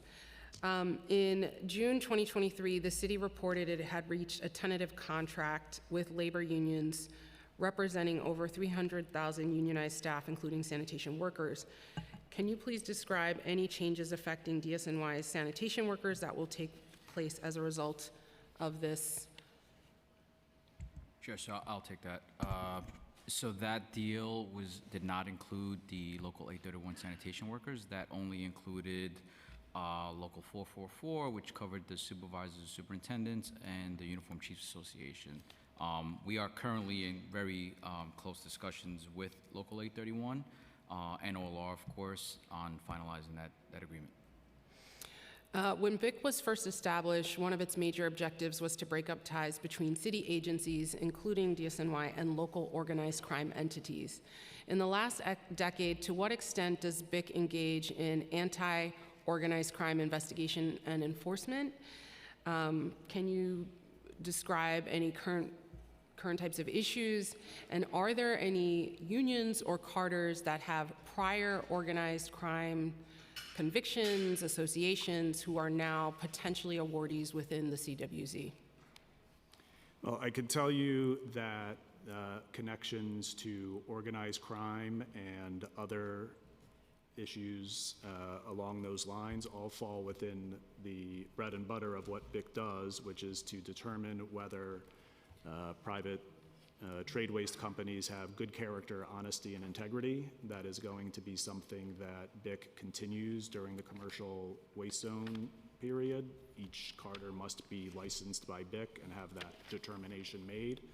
So as part of the process of obtaining a license from BIC, companies must complete an application that gets into exactly those kinds of issues, where the application or other information that BIC has raises a concern. We can request information, we can take sworn testimony, and if warranted, we can deny a license. We can condition a license based on a monitor or take other action, and that's going to be something that continues with CWZ. But so, just to confirm, if someone has in the past been positively identified with that, with organized crime, does that rule them out from participating in this new award process?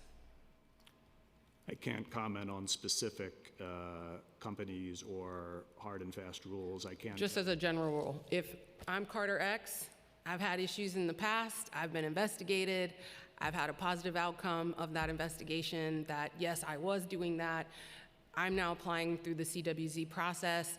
Is there any possibility that I get through that process? If your issue along those lines was significant enough for BIC to deny your application, no, you would not be able to get through the process because a BIC license is one of the requirements to participate. Okay, thank you. I don't have any further questions. I appreciate you all coming. Thanks for being well prepared as much as you could be. And we look forward to continuing this conversation related to sanitation workers. I'm going to kick it over to Committee Counsel. Thank you all. Thank you, Chair.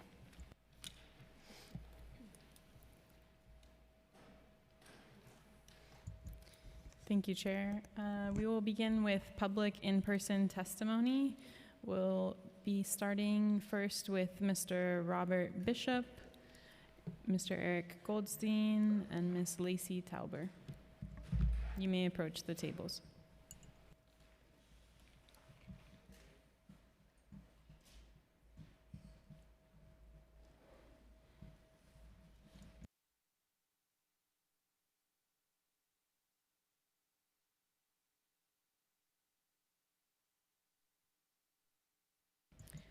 Mr. Bishop, you may start whenever you're ready. Please limit your testimony to 2 minutes, please.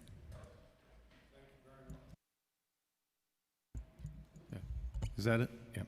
Thank you very much. In consideration that you're limiting me to 2 minutes, I'd like to send Harry Naspoli's greetings to all of you. I'm testifying on behalf of Local 831. And I will skip to the last page of the testimony. You have my testimony submitted. And I'd like to take a moment to acknowledge the fallen members of Department of Sanitation, starting with Mike Hanley in 1996, Frank Consalvo, killed by a hit-and-run driver, 2000, Al Timmons, massive heart attack while on duty in 2000, Mike Gennardo, fatally shot by an intruder inside of the garage, Keith Bridges, injuries during a motor vehicle accident. Vincent Guglielmino, heart attack, 2004. Eva Barrientos, crushed by an Easy Pack collection truck arm. She was 41 years old, mother of 3. Rodney Page, killed in an accident on the Jersey Turnpike while going to the dumps. Michael Ochino, killed in an accident on the BQE. Alan Gormley, heart attack while on collection duty. Rafael Concepcion succumbed to injuries sustained in an accident while on collection duty. Stephen Dixon, heart attack, collection duty, 2009. Richard Timmons, massive heart attack on duty, 46 years old. Frank Justich, Astoria, 2010, killed when a tractor trailer sideswiped him into his sanitation truck and twisted him. Steve Frosch, who was struck by a street sweeper into the garage, another young hero who's left widow and children. We lost at least 9 sanitation employees to COVID-19. Ray Copeland was our first. Kevin Williams, Ali, Ricky Doughton, Michael Gerasi. Is it okay if I finish the list? Francisco Nunez, Kiwi Pigot, Iqbal Sheikh, Paul Santoro. Our members work in the streets, regardless of pandemic, regardless of weather. We don't work from home. One final insult to this department and the members is that based on the Tier 6 pensions, we were added 5 years to the length of service to get a full pension, and we had the insult of a Social Security offset. We've tried to negotiate changes to both since 2012. Now that we have a different governor and a different mayor, we're very hopeful. I want to thank the department for their testimony. We cooperate with the department on safety issues. Our track record is good. We're here to service the people of the city of New York, and I think we do a pretty good job. The rest of my testimony is on the record. Thank you. Thank you, and you all do an excellent job. Thank you. Good afternoon, Eric Goldstein, Natural Resources Defense Council. Thank you, Councilmember Nurse and Farris, for being here today and for this hearing. I'll summarize my written testimony. There are a lot of exciting things happening on the waste front, and we agree with the First Deputy Commissioner that New York is in the midst of a trash revolution, thanks largely to this committee, the council, and the administration. And it's a peaceful revolution. Regarding oversight of sanitation workers' safety and protection, let me say that we are anxious about the implementation of the commercial waste zone law. This was one of the 2 most important pieces of solid waste legislation enacted by the council in the past 30 years, but it'll only be successful if implemented in a way that takes into account not only the price, but also the environmental, clean air, public safety, labor rights, and worker safety considerations that the council explicitly required when it passed that landmark legislation in 2019. So we hope and expect the administration will take all of these criteria into account when awarding waste zone contracts. We're pleased to testify today in support of 2 excellent legislative proposals and 1 very sensible proposed council resolution. Waste prevention is the top of the New York State solid waste management hierarchy. It's above reuse, recycling, landfilling, and incineration. To its credit, the council has advanced a number of important waste prevention objectives, legislative objectives in recent years, but there's certainly more that can be done. Intro 1161 takes the challenge of reducing wastes at stadiums and arenas throughout the city. Specifically, the bill provides professional and collegiate sports venues cannot prohibit stadium and arena attendees from bringing in empty reusable containers. We believe this could eliminate the disposal and consumption of hundreds of thousands of plastic water bottles at New York City stadiums and arenas every year, while saving fans money that they don't have to spend on expensive bottled water.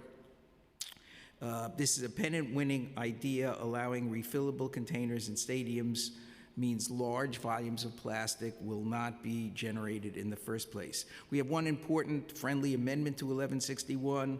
In its current form, the proposal would allow the possibility that some operators might restrict the types of refillable containers to plastic bottles and actually encourage the production of more fossil-based climate-destroying plastics.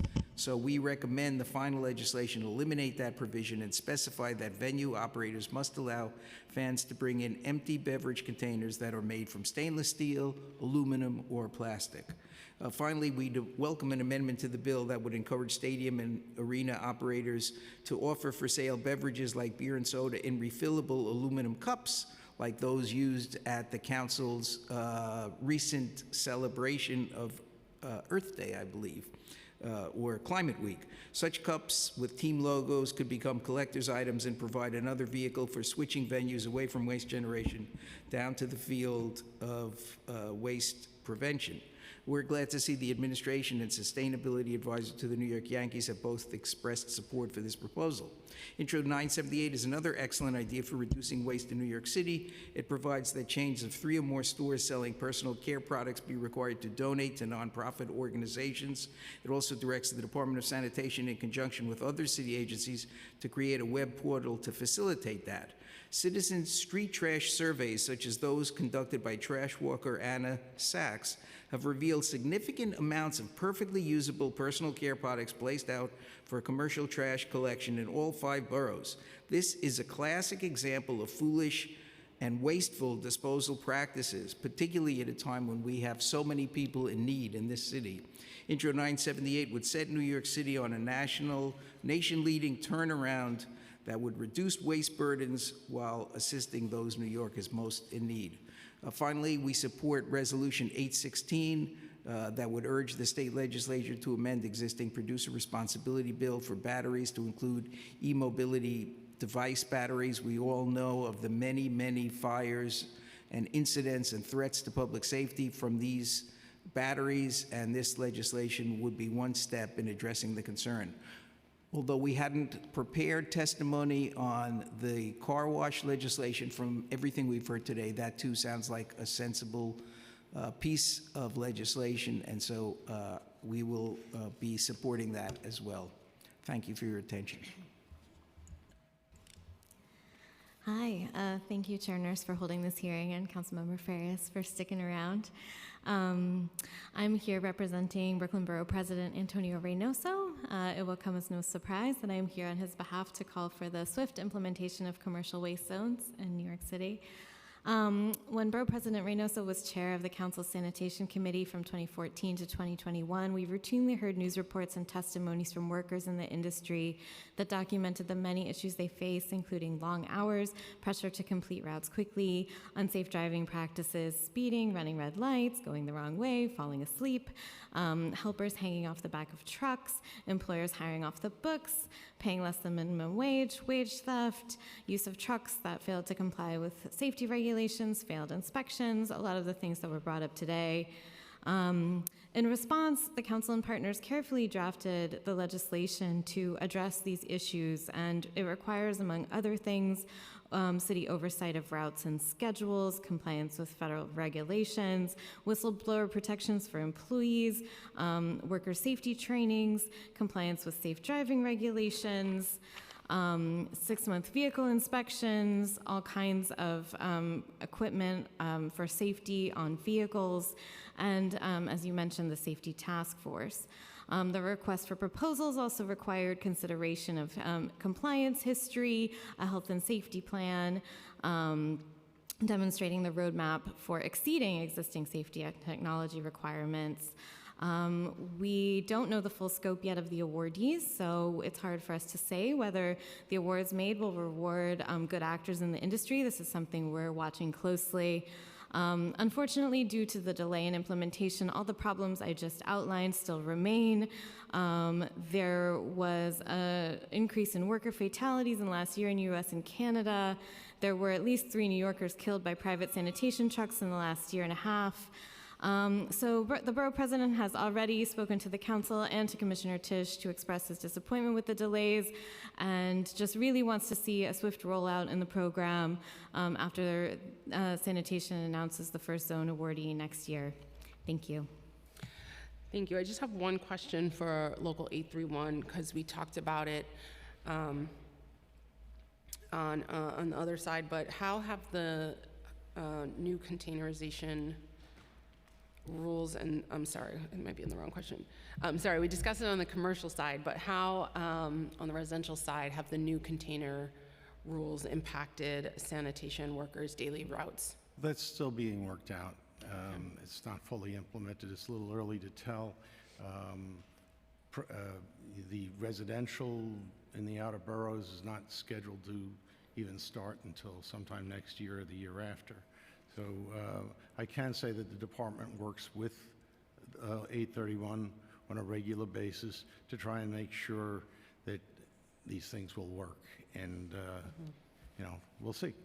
But for the new set out times when we have You can put it out at 6 in containers. There's been no It's no a little reported too early impacts. to tell. And putting things out at 8 o'clock at night, we've adjusted shifts in order to take that into accommodation. As I say, we try and work very closely with management to implement their approaches. Okay, thank you. I don't have any other questions. Oh, Just one mention, you mentioned the facilities for women. We have about 250 women that are sanitation workers. That, to me, is still around 3%. Our head count is up at around 6,800 now. Our older facilities don't have adequate facilities for women. They're scandalous. The new facilities are built to it.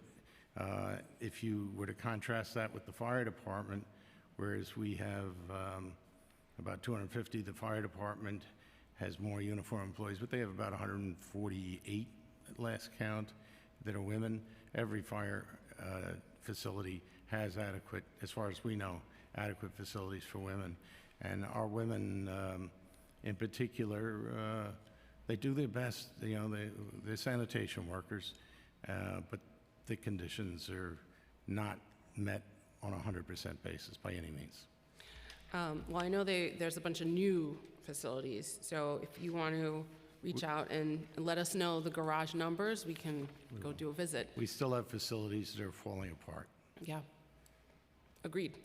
But if there are particular ones for the women facilities that you think are our top priority or particularly egregious or scandalous, we can absolutely push on that. We want our workers, especially women workers, to feel valued at work, and the infrastructure needs to be there to support that. And, you know, as you know, many of our facilities are totally inadequate in size. We won't have parking trucks on city streets, which presents another problem with the members because we have to clean out the trucks when we get in before we drive them. They somehow become a depository for needles and things like that. So, you know, it's the department is trying. The budget is in a very tough condition. And I was told to say good things about the department by Harry, but blame everything on budget. Well, we'll take it for now. Thank you. Please send our regards to Harry. I certainly will. Chair Nurse, just one last point, if I may, on Intro 978. This is a way to achieve the zero waste goals that were set forth in the zero waste legislation the council recently passed, and it can do so in a way that will benefit New Yorkers in need. So we hope that the sanitation department will come up with a specific program or introduce to you what its budget needs are to expand Donate New York City. It seems like that can be done without a major new expenditure of resources, and hopefully that can be something that can be included in the next budget because, again, it fulfills the dual goals of reducing waste and really helping New Yorkers. It's a very, very sensible piece of legislation. We hope it can move forward. Agreed, and it could even be woven into the community recycling centers that are supposed to pop up at some point. I get it, there's a budget constraint, but it is my opinion that if we don't invest on the front end, we're gonna be really paying out on the back end, just like everything else. So I'm definitely in support, and I support Councilmember Stevens and the intention, and you know, as we requested, if they could give us an understanding of what exactly that barrier is and not just say it's significant, it would require them to put some time and effort towards that. Thank you. Thank you. Thank you.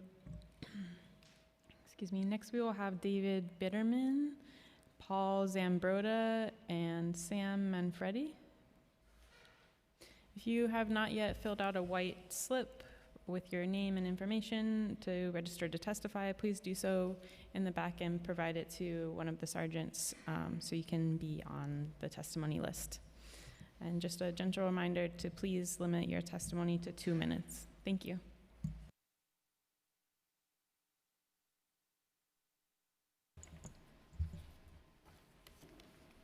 Good afternoon. My name is David Biederman. I'm president of Biederman Consulting, LLC. Just to be clear, I'm not testifying here today on any individual company or any individual sanitation department. I'm here today because it's very important for this committee and other elected and unelected officials in both New York City and throughout the United States to be reminded that solid waste companies of all sizes and the Department of Sanitation prioritize the health and safety of their employees, as well as the safety of the communities and neighborhoods in which they serve. I've had a career for the last 25 years in the solid waste industry that's reflected in the written material. I currently serve on the CWZ Safety Task Force. I look forward to it meeting once again. And I'm currently on the Business Integrity Commission's Trade Waste Advisory Board. I'm here to tell you that the solid waste industry's safety performance in the city has improved substantially over the past few years. According to the BIC's own data, during 2017 through 2019, licensees averaged nearly 4 fatal incidents each year.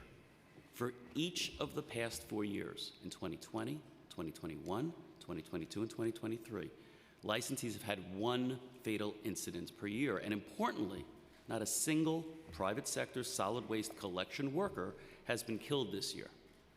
I monitor safety all over the country with a particular interest in New York because this is where I'm from and my family lives here. This improvement is remarkable, far better than the national data. So why are we seeing this decline in certainly fatalities? Number one, most solid waste companies take safety very seriously. Number two, the leading associations provide a lot of resources to their members on safety. Third, a growing number of companies in the city are providing ongoing safety training to their frontline employees. And in just the past 9 months, I've been speaking at safety meetings at 6 of these companies and have another meeting tonight. And finally, the BIC has had a much greater focus on safety over the last few years, which includes both new regulations and heightened enforcement. Now, just very quickly, if the committee wants to improve and continue to improve worker safety in the sanitation and solid waste industry, I have 3 recommendations. Number one, e-bikes and scooters. E-bikes and scooters are a very serious threat to solid waste collection workers. I nearly got run over by one in Midtown when heading for the subway today. These vehicles are on city streets at all hours. They're ridden in complete disregard for the traffic law, and Paul's company and others have lots of videos that show you these guys crashing into trucks, going the wrong way, and causing problems. And Carter's employees, and presumably DSNY employees, also need to cross bike lanes from time to time to get to the trash. And it's a real struck-by risk. Secondly, lithium-ion batteries. We heard a little bit of testimony about lithium-ion batteries. I was surprised that the committee report for this hearing completely does not mention lithium-ion batteries. They cause fires in garbage trucks. That poses a threat to workers. I strongly encourage the council to provide more resources to DSNY and others to remind New Yorkers that it is illegal to dispose lithium-ion batteries in either the trash or recycling. And then finally, Vision Zero. We need to allocate more Vision Zero resources to educating pedestrians, bicyclists, and motorists about how to walk, drive, and bike safely in the city. Reckless driving, distracted driving, drunk driving, and speeding are principal causes of many of the collisions that the solid waste industry is involved in. Nothing we do as an industry is more important than making sure all of our employees come home to their families safely at the end of each day, and we will continue to work with the committee and others to make that happen. Thank you very much. Good afternoon. My name's Sam Manfredi. I'm a proud Teamster member for 36 years, and I currently work at a wonderful company, Cogent Waste Solutions.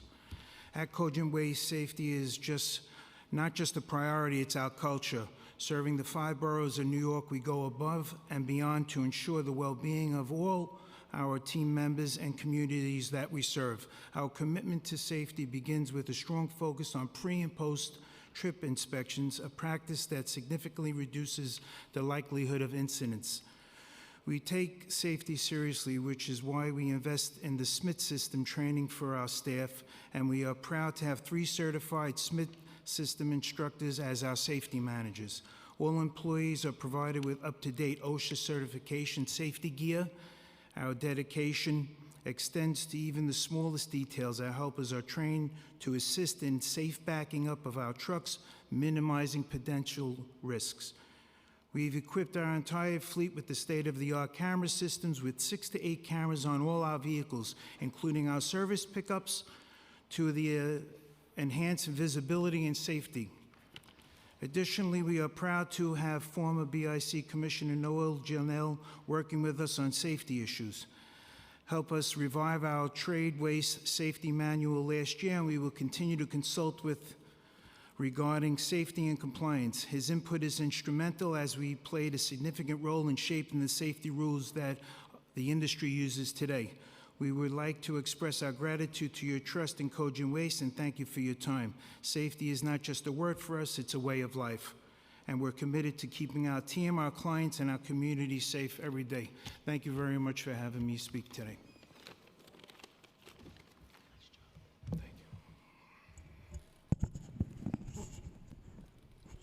Good afternoon. My name is Paul Zambrata, and I'm the Safety Director for Mr. T Karting Corporation. I'm also the Safety Ambassador for SWANA's New York chapter. I've had the pleasure of working for Mr. T since 1995, and I'm part of a third generation of long and hard-working drivers and helpers. I have a commercial driver's license, and I can tell you with certainty that 20 years ago, the word safety was rarely heard in the solid waste companies in New York City. However, today, it's rare that you'll find a company that didn't hold safety paramount. About a year and a half ago, post-COVID, Mr. T and other solid waste companies were struggling to recruit and retain qualified drivers. In fact, there still is a nationwide driver shortage. As a result, I needed to drive one of our trucks to service our customers. During my route about 4 a.m. on Flushing Avenue in Brooklyn, my vehicle was rear-ended by a passenger vehicle at an estimated 30 miles per hour. In addition to the other vehicle being totaled and causing over $25,000 in damages to our vehicle, I was next to the truck and I was tossed up in the air like a rag doll, suffered broken bones, lacerations, and contusions. I was lucky to survive the collision because if I had been standing a little bit further to the left, the vehicle would have hit me head on and I probably wouldn't be here to tell you this story today. Before I took the truck out, I performed a thorough pre-trip inspection. When the motorist hit me and our truck, I was outside the truck in the rear with my parking brake set, with all my lights working and my four-way hazards on. My truck was pulled over to the side of the road so that other vehicles could safely pass. I complied with every operational and safety standard, yet I was still struck by someone who was either drunk, distracted by their phone, or asleep. At our company, as well as many others, we pride ourselves on innovation and forward thinking, especially when regarding safety. While we are not perfect, we strive for constant and never-ending improvement. It is important for the committee, as well as all New Yorkers, to recognize that our drivers and helpers are people too, and we deserve the same rights to a safe working environment as every other person in our city. It amazes me that cyclists, scooters, and other electronic forms of transportation share the road with other licensed drivers, and yet they are not required to learn or follow the same rules of the road that apply to us. I am happy to hear that accidents and injuries in our industry are down, and that's happening while the e-bikes and vehicles are getting more dangerous. The Daily News recently reported that this is the worst year for cycling fatalities since 1999. My company and I will continue to do our part in being safe, and we try every day to make it safer. We agree with the city holding us to high standards when it comes to safety, and we ask that they apply those same standards to the other users of the road. If we are going to continue to improve safety in the private sanitation industry and achieve the city's Vision Zero goals, we need stronger regulations of these e-bikes and similar modes of transportation, and tougher enforcement against those who violate our city's traffic laws. Thank you for your time. Thank you. Thank you for your testimony. I had one question for you, Mr. Bitterman. In your time at SWANA, did DSNY engage you all for input or conversation on on containerization efforts they're trying to engage in, or the set out times? We did not have any interaction with DSNY with regard to either of those regulations. Okay. Is there anything that you want to offer about that? So, in As terms with of how the all- industry is responding? So containerization is a very significant change for the industry, and it's a very significant change for the customers, right? Customers have been used to putting their trash out at a certain time, in a certain way for decades, and now they're being asked to change that very dramatically, and for the most part, they're complying. And I walk around at night in the city when I'm here, and I see that that's taking place. There will be a challenge when it snows. When there's a foot of snow on the ground and they've plowed the streets, so there are piles on Atlantic Avenue or on Broadway, where are those containers going to go? I know Carters are wondering about that, and I'm interested in seeing how that particular scenario is dealt with regard to containerization. Great, and I don't know if you have anything to offer about these clean idle trucks in terms of ticketing that these companies are getting for it. Have you had any conversations with the department on this, on the ticketing?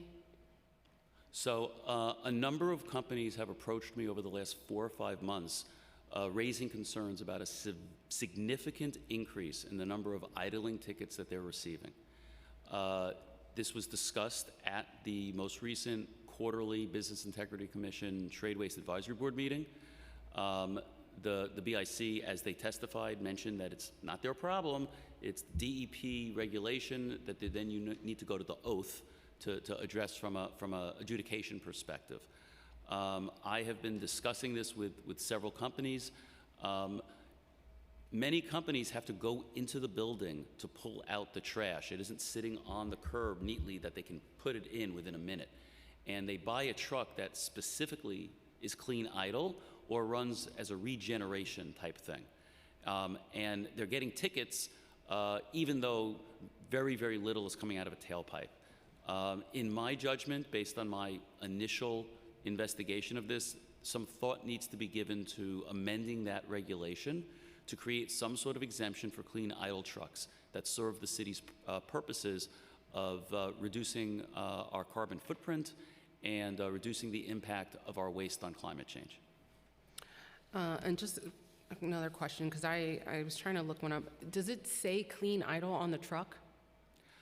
I don't know the answer to that. I would defer to my co-testifiants here.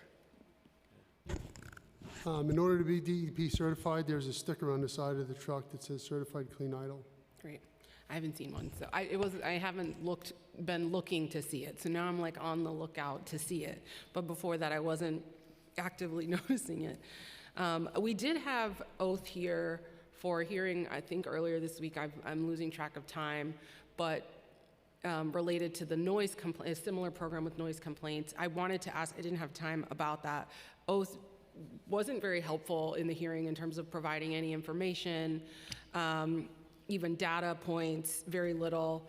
And so I agree. If they're certifying these trucks, it shouldn't be subject to a complaint. Or if they're not going to certify it, or if they want it to be part of the complaint, then they need to figure that out. I don't have any other questions for you all. Thank you for coming and testifying. Yeah. Chair, I would be glad to provide some data to you from the companies that I'm working with that demonstrate the magnitude of the increase over the last 18 months or so, just so you have some data for your future conversations with Oath and others. That would be really helpful. Thank you. Thank you. Thank you. Next, we'll have Anthony Lewis, Tyrell Boyd, and Dante Dodge.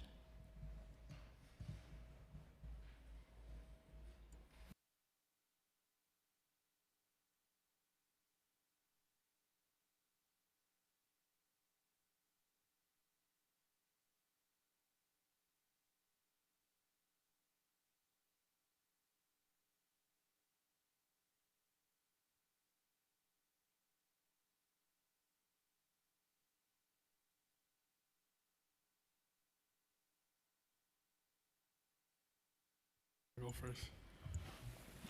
Hello, good afternoon. My name is Dante Dodge, and I'm a lifelong resident of the Bronx and a proud sanitation worker and a member of Local 108. I would like to thank the committee chair, Sandy Nurse, for putting this hearing together to ensure the safety of sanitation worker is front and center. The sanitation industry is a hard and dangerous work.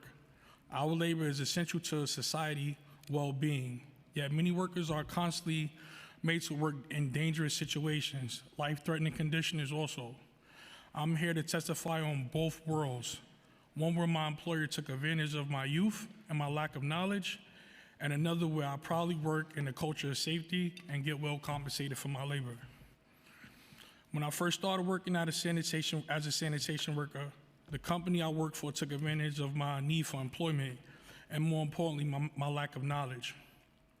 While I worked at Sanitation Salvage, I was handed a clipboard, route keys, no PPE, and pretty much told, figure it out.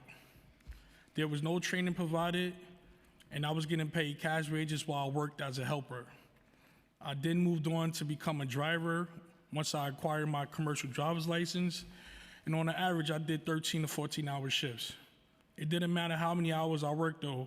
We were strictly only paid for 10. At the time, I didn't know the employers was committing wage theft. I finally decided to leave the industry and work in security. The city of New York did the right thing and protected workers by not continuing to allow Sanitation Salvage to put our lives and the lives of other New Yorkers at risk. This is why it's really important that we have a mechanism to hold employers accountable once the commercial wage zones are determined. Workers should be able to have a way to bring any claims on wage theft and safety concerns to the city and should be dealt with quick and in a swift manner. This is my ask to the council. I know what a true culture of safety is and what is to be valued and essential. Now that I work for unionized employers such as Action Carden, my life has changed for the better. I get paid good wages for the hours that I work. I'm provided with the best PPE there is in the industry, and I receive benefits for me and my family. But most importantly, I have a career and I'm able to get home safely every night to my family. There shouldn't be any worker out there receiving any less for what they deserve and hardworking. A culture of safety can be achieved. Thank you. Good afternoon. I'd like to thank the Honorable Council Member and Chair Sandy Nurse and the rest of the Council Committee on Sanitation and Solid Waste Management. Okay. Good afternoon. I'd like to thank the Honorable Council Member and Chair Sandy Nurse and the Council members on the Committee on Sanitation and Solid Waste Management for giving me the time to speak with you all today. My name is Anthony Lewis. I have over 25 years of experience as a roll-off driver. I currently work for Royal Waste Services for 8 years. Currently, I'm the shop steward at Royal Waste, which is the largest 813 union shop in New York City. In the time driving with Royal Waste, I strongly believe Royal is one of, or if not the safest employers there is in the business.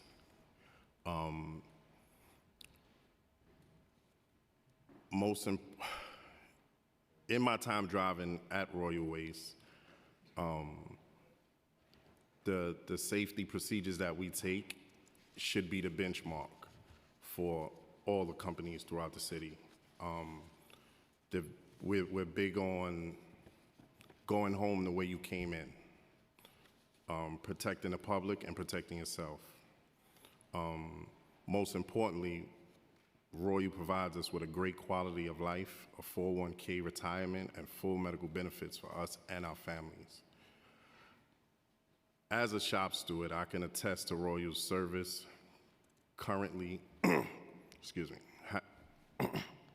I can attest to Royal Waste Services currently has the following safety equipment and procedures in place. We have the Linux 360 camera, which monitors live feed inside the vehicle, outside, on both sides, and in the rear. And it also is equipped with a microphone.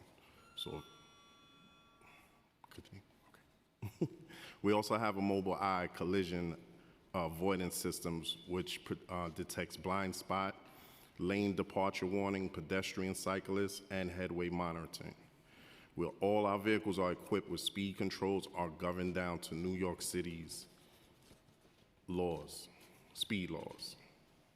That's it. I don't want to take up too much time.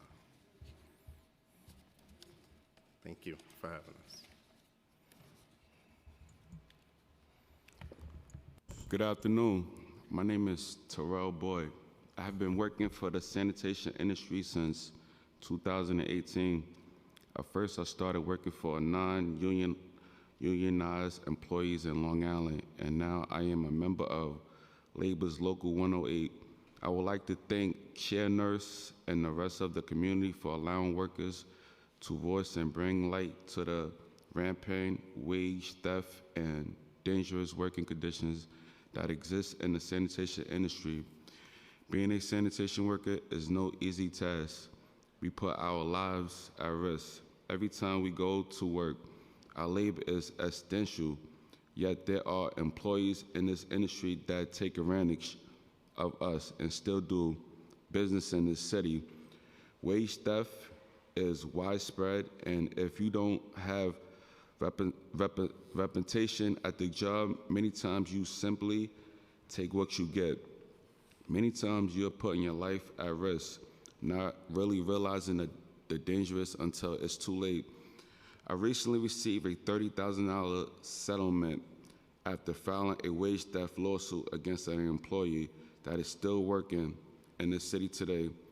As we move forward in employment, commercial waste zones, it is critical that there be a mechanism where workers can speak up and bring claims of wage thefts and dangerous working conditions to light.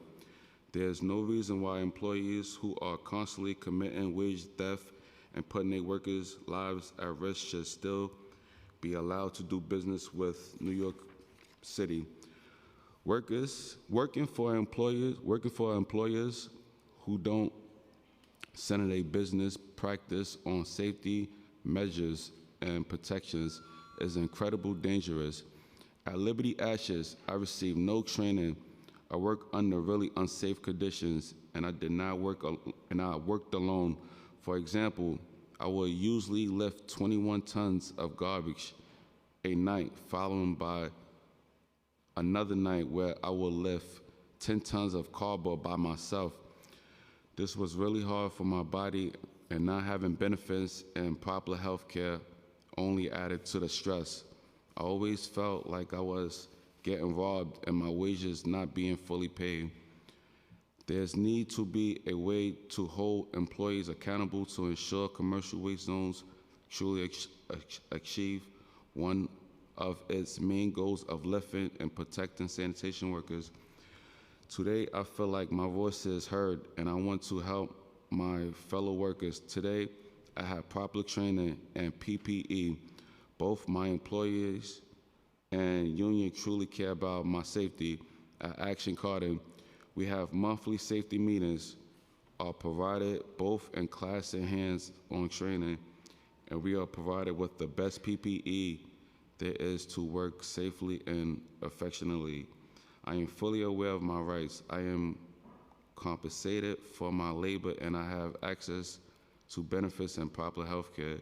This is what every worker deserves. Thank you for your time. Thank you all for being here and for taking time coming.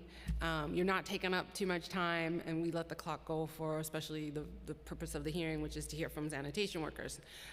So if there's anything beyond the testimony that you want to offer, you have the mic. I'm not going to cut you off. Feel free to offer anything you want to at this time.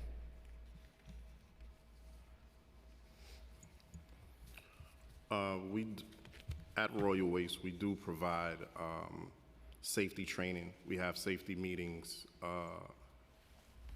every 3 months, and we have retraining. We have a safety supervisor on duty at all times. With the camera system we also have a crew of, I think, 3 guys that watch the screens, the live feeds. So if you are doing something or the camera alerts them of any infractions, when you come in, you will be confronted and talked to and retrained on whatever it was, whether it be seat belt or you came too close to a vehicle, it alerts them back at the office. Thank you. All right, just for what I have to offer from my previous experience at Sanitation Salvage and working now at Action Carter is completely, literally two different worlds. Back when I was working for Sanitation Salvage, there was really no training. And what I noticed that changed in the industry was the training. And when I came into Action, it was a culture of safety. And I think those 2 weeks of training to become a driver or to be a helper, whatever position it is, it kind of gave me a clear outlook on what the job is and what's the dangers in the job. So when it comes to safety, I really think that, you know, things like that should be implemented. And also, like, when it comes to the zonings and whatnot, there should be something in place where if an employee have a situation where there's a theft going on or they don't feel safe doing their job, they should be able to express it and not, you know, get any retaliation from the employer while doing so. So I don't know, like, how that's going to work, but that's something that definitely should be at the forefront as well. Thank you all. We really appreciate hearing from you, and you know you can reach out anytime if you have more concerns. Thank you for joining us today. Thank you. Next we will have Jose Osed.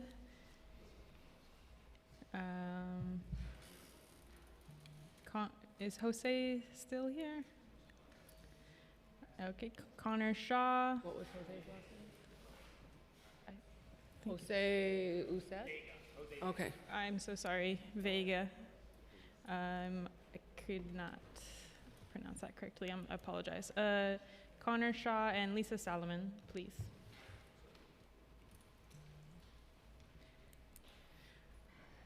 Okay, Jose, you may begin.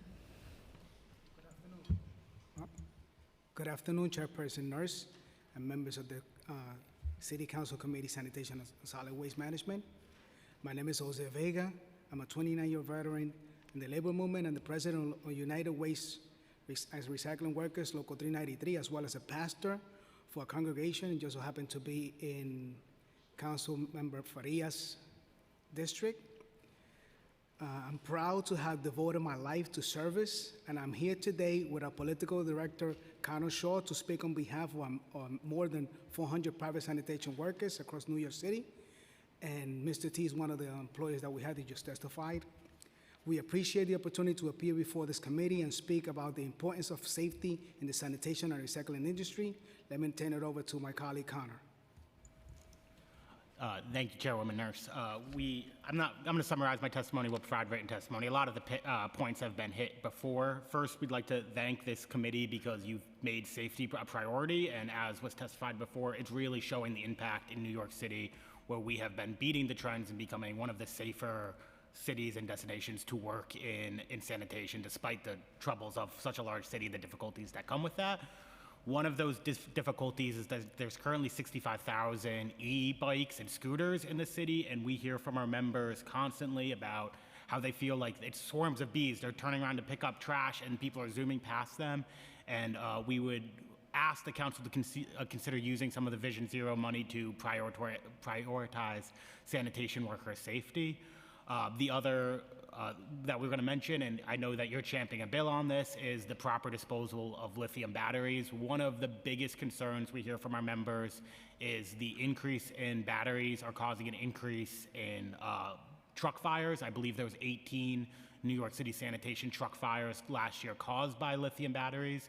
These batteries are not a slow burn, and especially if they're in a back of a truck that has paper reuse or anything like that, it can cause a massive issue, especially in a city where you can't dump out safely in a lot of areas. You have to sometimes be driving with a fire in the back of your truck to find a dump out zone.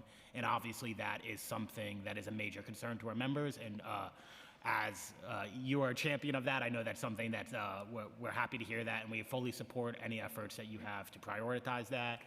And one other thing that's not in our written testimony, but just hearing other folks' testimony and other concerns, one thing, I don't know if it's too late, but prioritizing union companies in the bidding process for the commercial waste zones, that is the best recourse for wage theft. That is the best recourse for safety issues. We have either biweekly or monthly safety meetings with our members, depending on the shop.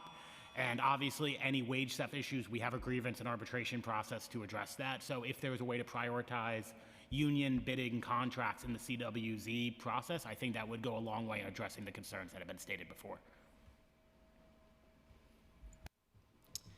Good afternoon, and thank you to Chair Nurse for scheduling this hearing. My name is Lisa Solomon, and I am representing the New York City chapter of the Surfrider Foundation. Surfrider Foundation is a national group that protects our oceans and coasts for all people.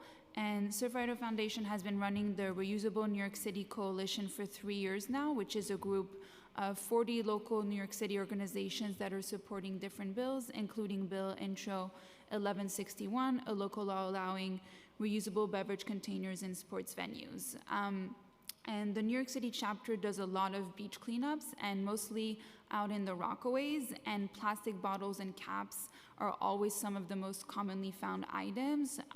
Just so far this year, we've held about 17 beach cleanups with about 25 people per cleanup, and in total we found 680 plastic bottles, 2,471 bottle caps, and 1,323 plastic straws. So clearly, plastic pollution has saturated our environment, our communities, and our bodies too. So we support this bill, and this bill will reduce plastic pollution, allow New Yorkers to not purchase and not use plastic bottles, and be able to use their own reusable water bottles.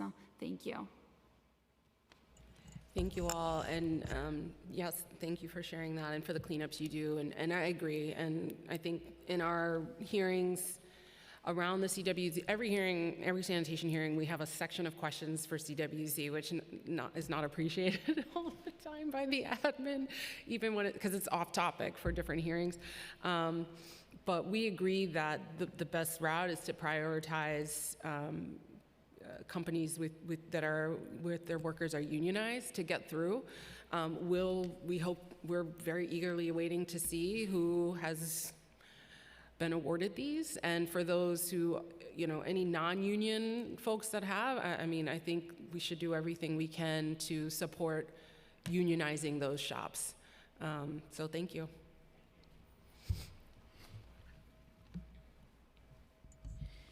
Thank you. For our next panel, we will have Ryan Castalia, Renee Del Carmen, and Hector Vasquez.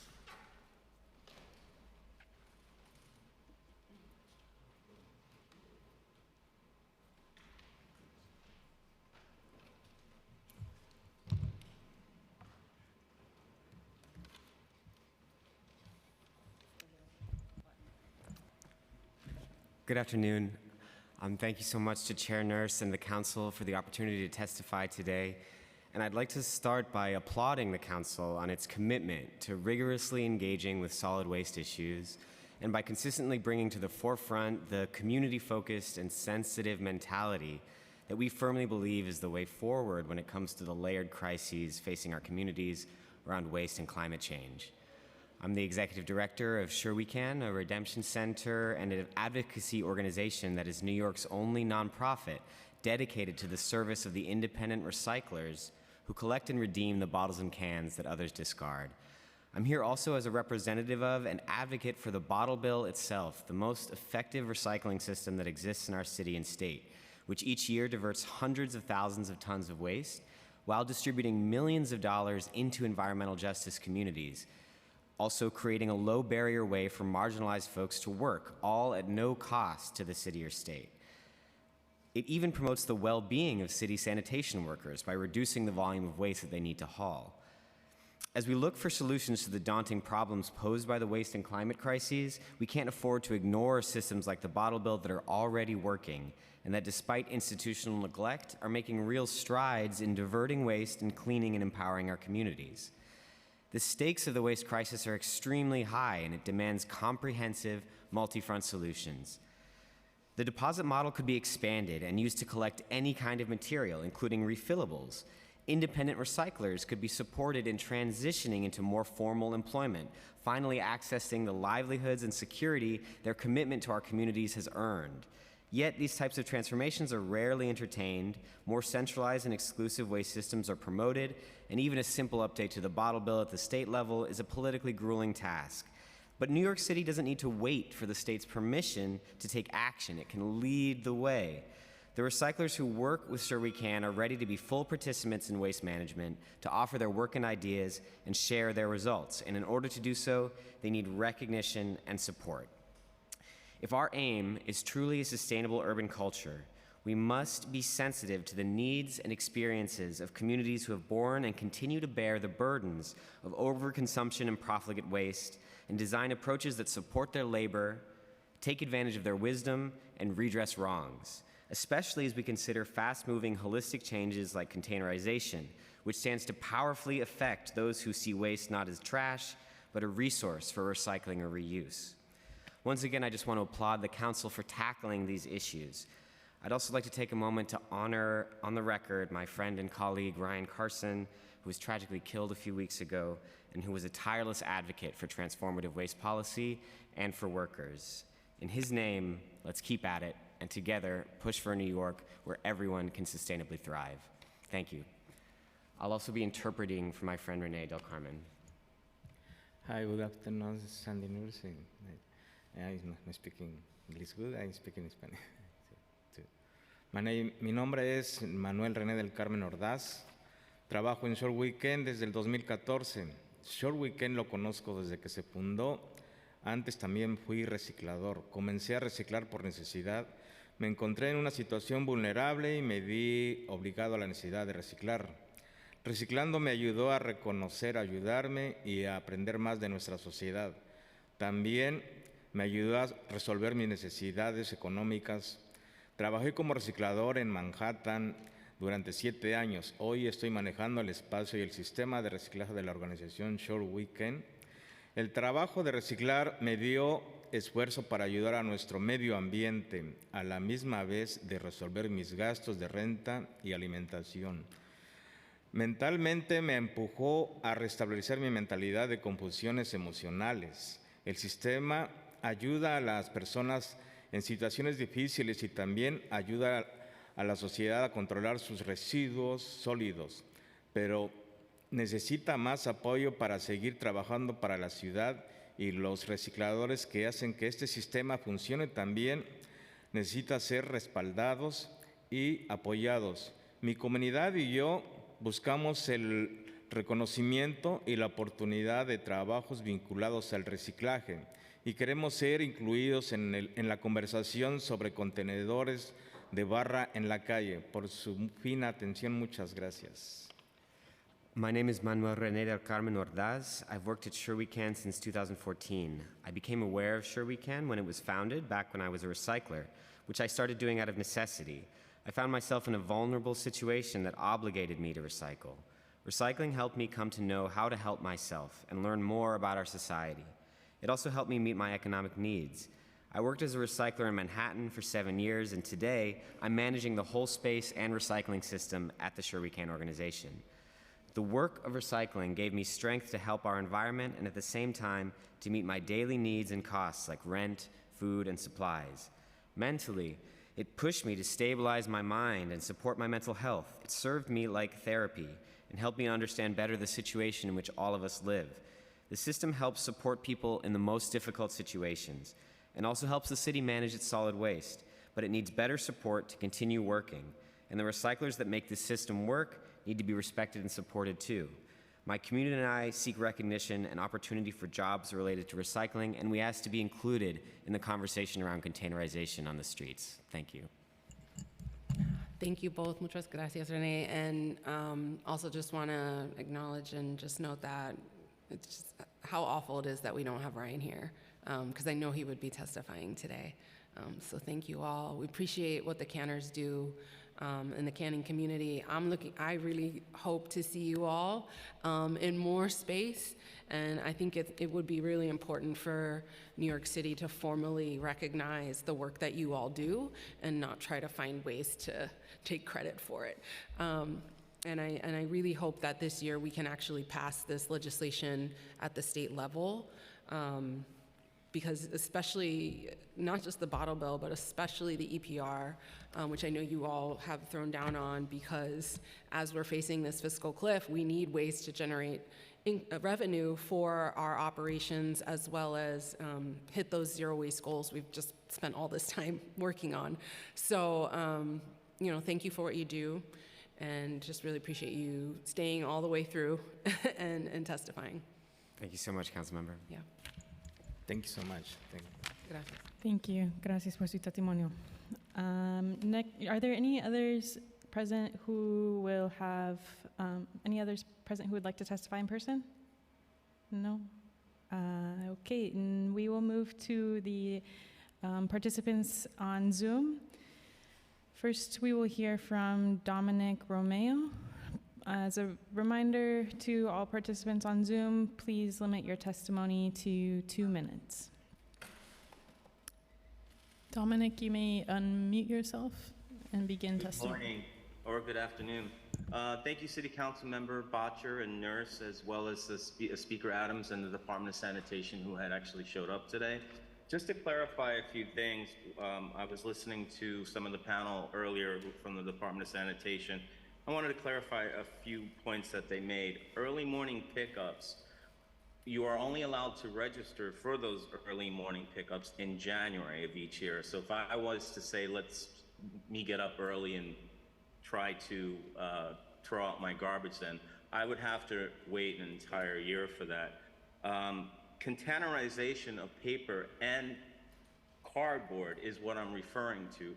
Currently, we're allowed to throw out cardboard that's tied up without a bag because the bag would be too big to put in a container. We're allowed to throw out cardboard outside without a container, but we are not allowed to throw out paper and small pieces of cardboard.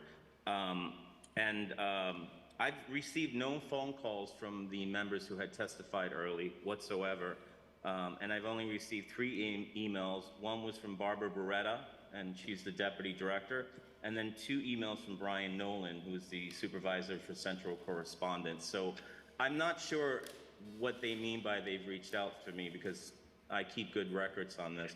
But moving into my testimony, it has been 178 days since this poorly thought out regulation was enacted, where us supers and porters have to go back to work at 8 p.m. to toss out our building trash. We have missed 73 nights so far, in which our families are no longer able to see us, and our personal lives have been destroyed because of this. I'm asking City Council, how many more nights do you expect us supers and porters to suffer through? Winter is coming, and we will now have to deal with freezing temperatures, boiler issues, shoveling of ice and snow. I'm sorry? Excuse me? Your time has expired. Please wrap up as quickly as possible, as practicable. Thank you. All right. I had a whole bunch of things to say, but I just can't finish under these timelines. I just think it's completely rude that this is why you don't understand what we're saying, is because you don't give us enough time to say it. And then we play this telephone game where you're trying to relay these messages to the Department of Sanitation, and they're not getting through to them. So now we're in the same situation where you're not hearing our voice because we're only allowed 2 minutes to say it, and we were only allowed 2 minutes to contradict some of the things that We're fully happy to hear your testimony. Do you want to continue with your points? I don't have any more time, Councilmember Nurse. I'm giving you an extra minute or 2 if you'd like to complete, Okay. but please stick on topic. I will. We gave you an alternative plan, which consists of allowing us to throw out paper and trash. Currently, we're not allowed to do paper and cardboard. Currently, we're only allowed to throw out cardboard. We really do need the composting program put into place, which will also reduce our bags. And we're asking also for a 9 a.m. finding time, because now we have to sweep our sidewalks and also bring in those containers. And we're not against containers. We actually respect them. We know that this is beneficial for the reduction in the rats. We just need our lives back, is all we're asking for. That's it. Thank you. Thank you, Mr. Romeo. Next will be Alia Sumro, followed by Don Henry, and then Anna Sachs. Alia, you may unmute yourself. Great. Good afternoon. My name is Alia Sumro, and I'm the Deputy Director for New York City Policy at the New York League of Conservation Voters. Thank you, Chair Nurse and members of the Committee on Sanitation for the opportunity to testify. NYLCV supports the passage of Intro 1161, sponsored by Councilmember Abreu. The bill would require professional and collegiate sports venues to allow attendees to enter the venue with reusable beverage containers and establish penalties for venues that fail to comply. We also support Reso 816, sponsored by Councilmember Nurse, which calls upon the New York State Legislature to pass and the governor to sign the rechargeable battery recycling law. The bill this resolution is in support of will be included in NYLCV's 2023 New York State Environmental Scorecard this year. Single-use plastic products, which are designed to be used once and thrown away afterwards, like the ones thrown away in sports venues, contribute to our reliance on fossil fuels, harm residents, our waterways, and threaten the health of our local wildlife. For each ounce of polyethylene produced, the plastic most commonly used in single-use plastics, 1 ounce of carbon dioxide is emitted. When plastics are sent to landfills, which are historically located in low-income communities of color, they take centuries to decompose. Additionally, Reso 816 is in support of a state bill that would maximize the removal of unwanted rechargeable batteries from the solid waste stream, and this would help to reduce the amount of waste being shipped to landfills. Currently, Intro 1161 is drafted to allow stadiums and arenas to decide what types of container materials and sizes are allowed in the venues. To strengthen this bill even more, we recommend that the bill be amended so that the type of bottle materials are not left to the discretion of venues. Instead, at the very least, the bill should specify that aluminum and stainless steel containers be accepted. NYLCV also recommends that the bill include a provision urging stadiums to offer refillable cups and to allow attendees to use any reusable containers sold at stadiums. For instance, if a souvenir cup is sold at the venue, attendees should be able to refill them. We support both Intro 1161 and Reso 816, and we urge Council to vote yes when they come up for a vote. Thank you for the opportunity to testify. Thank you. Next will be Don Henry. Thank you. Good afternoon to everyone. I am here to testify in support of Intro 1161. I am Don Henry, Senior Advisor for Beyond Plastic. It's a project at Benetton College with a mission to end plastic pollution everywhere. It is a fact that nearly 10 billion tons of plastic have been produced since 1950, and sadly only 9% has been recycled. Global plastic production is projected to increase by 40% by 2030. You may say, what's wrong with that? Well, we know that the ill effects of micro and nanoplastics on the body will continue to increase because plastic is produced with multiple toxic chemicals like formaldehyde, PFAS, and phthalates. And for every pound of plastic in the ocean, we have 3 pounds of fish, so it's quickly catching up to the fish population. And facilities that produce plastics and manage plastic waste, they're predominantly located in communities of color and underprivileged. Packaging accounts for about 40% of plastics produced, so Intro 1161 directly gets at the problem. There are several sports venues in New York City, including 5 major league teams. The New York Yankees alone saw over 3.2 million visitors in 2023.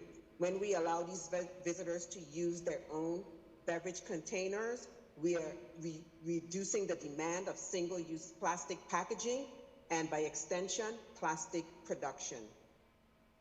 I want to take a second to just let everybody know that New York's Packaging Reduction and Recycling Infrastructure Act, it's for consideration before the New York legislature, and this fits nicely with Intro 1161. It will accomplish some important goals like reducing packaging and toxin, incentivize reuse and refill system, and thank you, I'll wrap up. And importantly for New York City, it will relieve taxpayers of the burden of managing waste and save New York, potentially the city, over $100 million a year. So I really appreciate you allowing me to testify in support of Intro 1161, and I'll remain available for any questions. Thank you. Thank you, Ms. Henry. Next, we will have Anna Sachs, followed by Jackie Nunez and Kira Cruz. Anna, you may unmute yourself. Hi, thank you for having me. I'm here in strong support of Intro 978. I want to show you a few items that I've gotten from CVS and Dwayne Reed's trash in the past few weeks. These are toothpaste for kids. I don't know if you could see it, but it's sealed and it doesn't expire until 2025. Here's some toothpaste that I'm using for myself, and here's some shampoo. So CVS, Dwayne Reed, all these chains discard usable items that for pretty arbitrary reasons. If the packaging, external packaging is damaged, if the item was returned, if there is new packaging and the manufacturer or the producer has ordered that the old packaging be removed from the shelves. And I haven't bought shampoo, conditioner, toothpaste for the past 5 years, as long as I've been doing it, because I find these so frequently. Sometimes also the tampons in a box will be thrown out of the box, and then they might squeeze a toothpaste tube on top of it, so then no one can salvage it.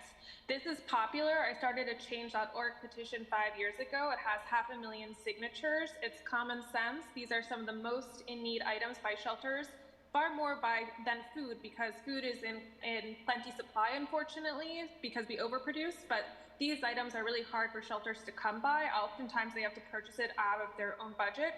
We currently have a large population of people in need, especially with the migrant crisis, people who come here having nothing. And if we pass this, we'll be in the first in the nation, if not the world, to specifically have a donate, don't dump law for hygiene items. Some places already have donate, don't dump laws for food, but I think that hygiene items makes a lot of sense given how in need these are. I also want to push back a little bit that DSNY, I would like to see DSNY and New York City as a whole invest more in creating a circular system that prioritizes reuse. And so I actually don't think it would require that much resources to implement once you set up the partnerships. Thank you. Thank you. Next will be Jackie Nunez.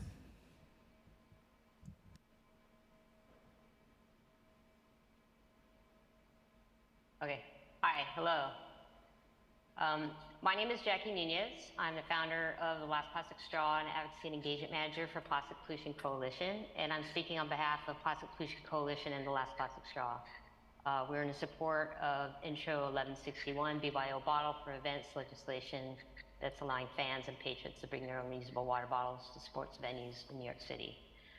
Thank you for allowing this opportunity to speak to your community today, and to Council Member Sean Abreu for introducing this important legislation. I just think it's really great that you guys are considering this in your city. I just want to bring a couple facts here that humans purchase about 1 million plastic bottles per minute, and it's predicted that by 2050, the oceans will contain more plastic by weight than fish in the ocean if we continue on this path. Also, 99% of plastic is made from fossil fuels, as you know, and also it contributes to the climate emissions and pollution at every stage of its existence, from extraction to waste. The Center for International Environmental Law estimates that plastics could account for up to 15% of the world's carbon budget by 2050 if the decisive action is not taken. So again, I commend you guys for introducing this law and considering this. And contrary to what plastics industry would like you to believe, we do not have a plastic waste problem. We have a wasteful plastic problem, and single-use plastic water bottles and cups for events fall into that category of wasteful plastic. According to Clean Water Action's Rethink Disposal campaign for reuse, we need to reduce the ever-growing use of single-use disposable plastic, as well as lower the amount of micro and nanoplastics contaminating our air, oceans, and created throughout the plastic's life cycle. By doing this, we also avoid ingestion of chemicals that leach from plastic bottles into the water we drink. To do this, remedy is simple. Drink water from tap or get in the habit of carrying glass or metal water bottles when we go out. The Plastic Pollution Coalition has been working with coalition partners since 2013 with our Time Refill expired. Revolution campaign for music festivals and venues, and also as a founding partner of the Sustainable Concerts Working Group in stadiums, festivals, and events through the BYO Bottle campaign. Bring your own reuse and refill systems work, and it diverts thousands of single-use plastic bottles and cups per event. We have seen nothing but net positive results for both fans, musicians, athletes, and venues and communities that are tasked to handle the waste from this mass gathering events.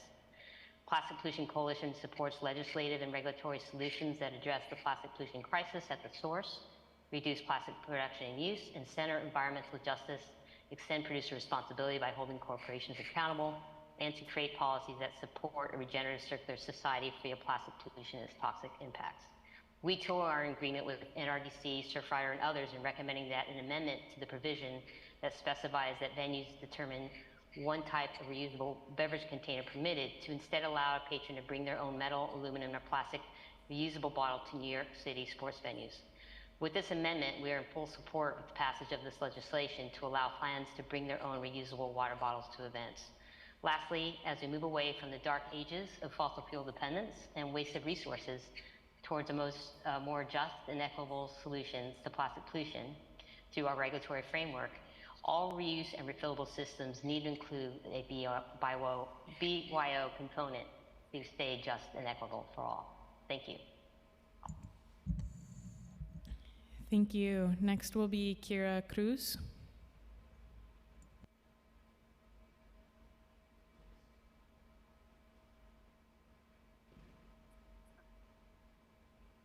Thank you for the opportunity to speak today on behalf of introduction number 1161. My name is Kira Cruz, Debris Free State Coordinator for Clean Ocean Action, or COA for short, a 501c3 nonprofit organization based in Long Branch, New Jersey.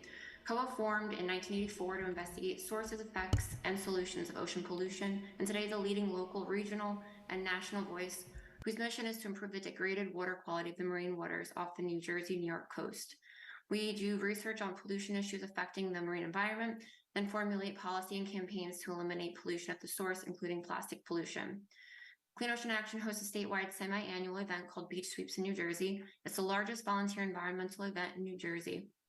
COA's Beach Sweep started in 1985 at one cleanup site with 75 volunteers. Fast forward 38 years, and the program now hosts 77 sites statewide with thousands of dedicated volunteers. The data we collect is used to monitor trends and items collected and is used to support legislative and policy efforts at the local, state, regional, as well as national levels to reduce litter and pollution. Over the years, the one trend that has been consistent: plastics are a devastating problem. Each year in the Beach Sweeps data, the category of plastics, including foam plastics, dominates the total items collected by a landslide. In relation to the bill under consideration, I will highlight our data about plastic bottles and the associated plastic caps. In 2022, 10,051 plastic beverage bottles and 52,512 bottle caps were found during our beach sweeps. From 2017 to 2022, a total of 63,825 plastic beverage bottles and 301,216 bottle caps were removed during the beach sweeps. The ocean is shared between New York and New Jersey, and unfortunately, so is the pollution. As such, Clean Ocean Action applauds the New York City Council for considering this bill and supports legislation to reduce sources of litter, including plastic bottle usage, and by extension, demand for single-use plastics to protect communities, waterways, and the ocean downstream. Thank you. Thank you. Next will be Wendy Frank.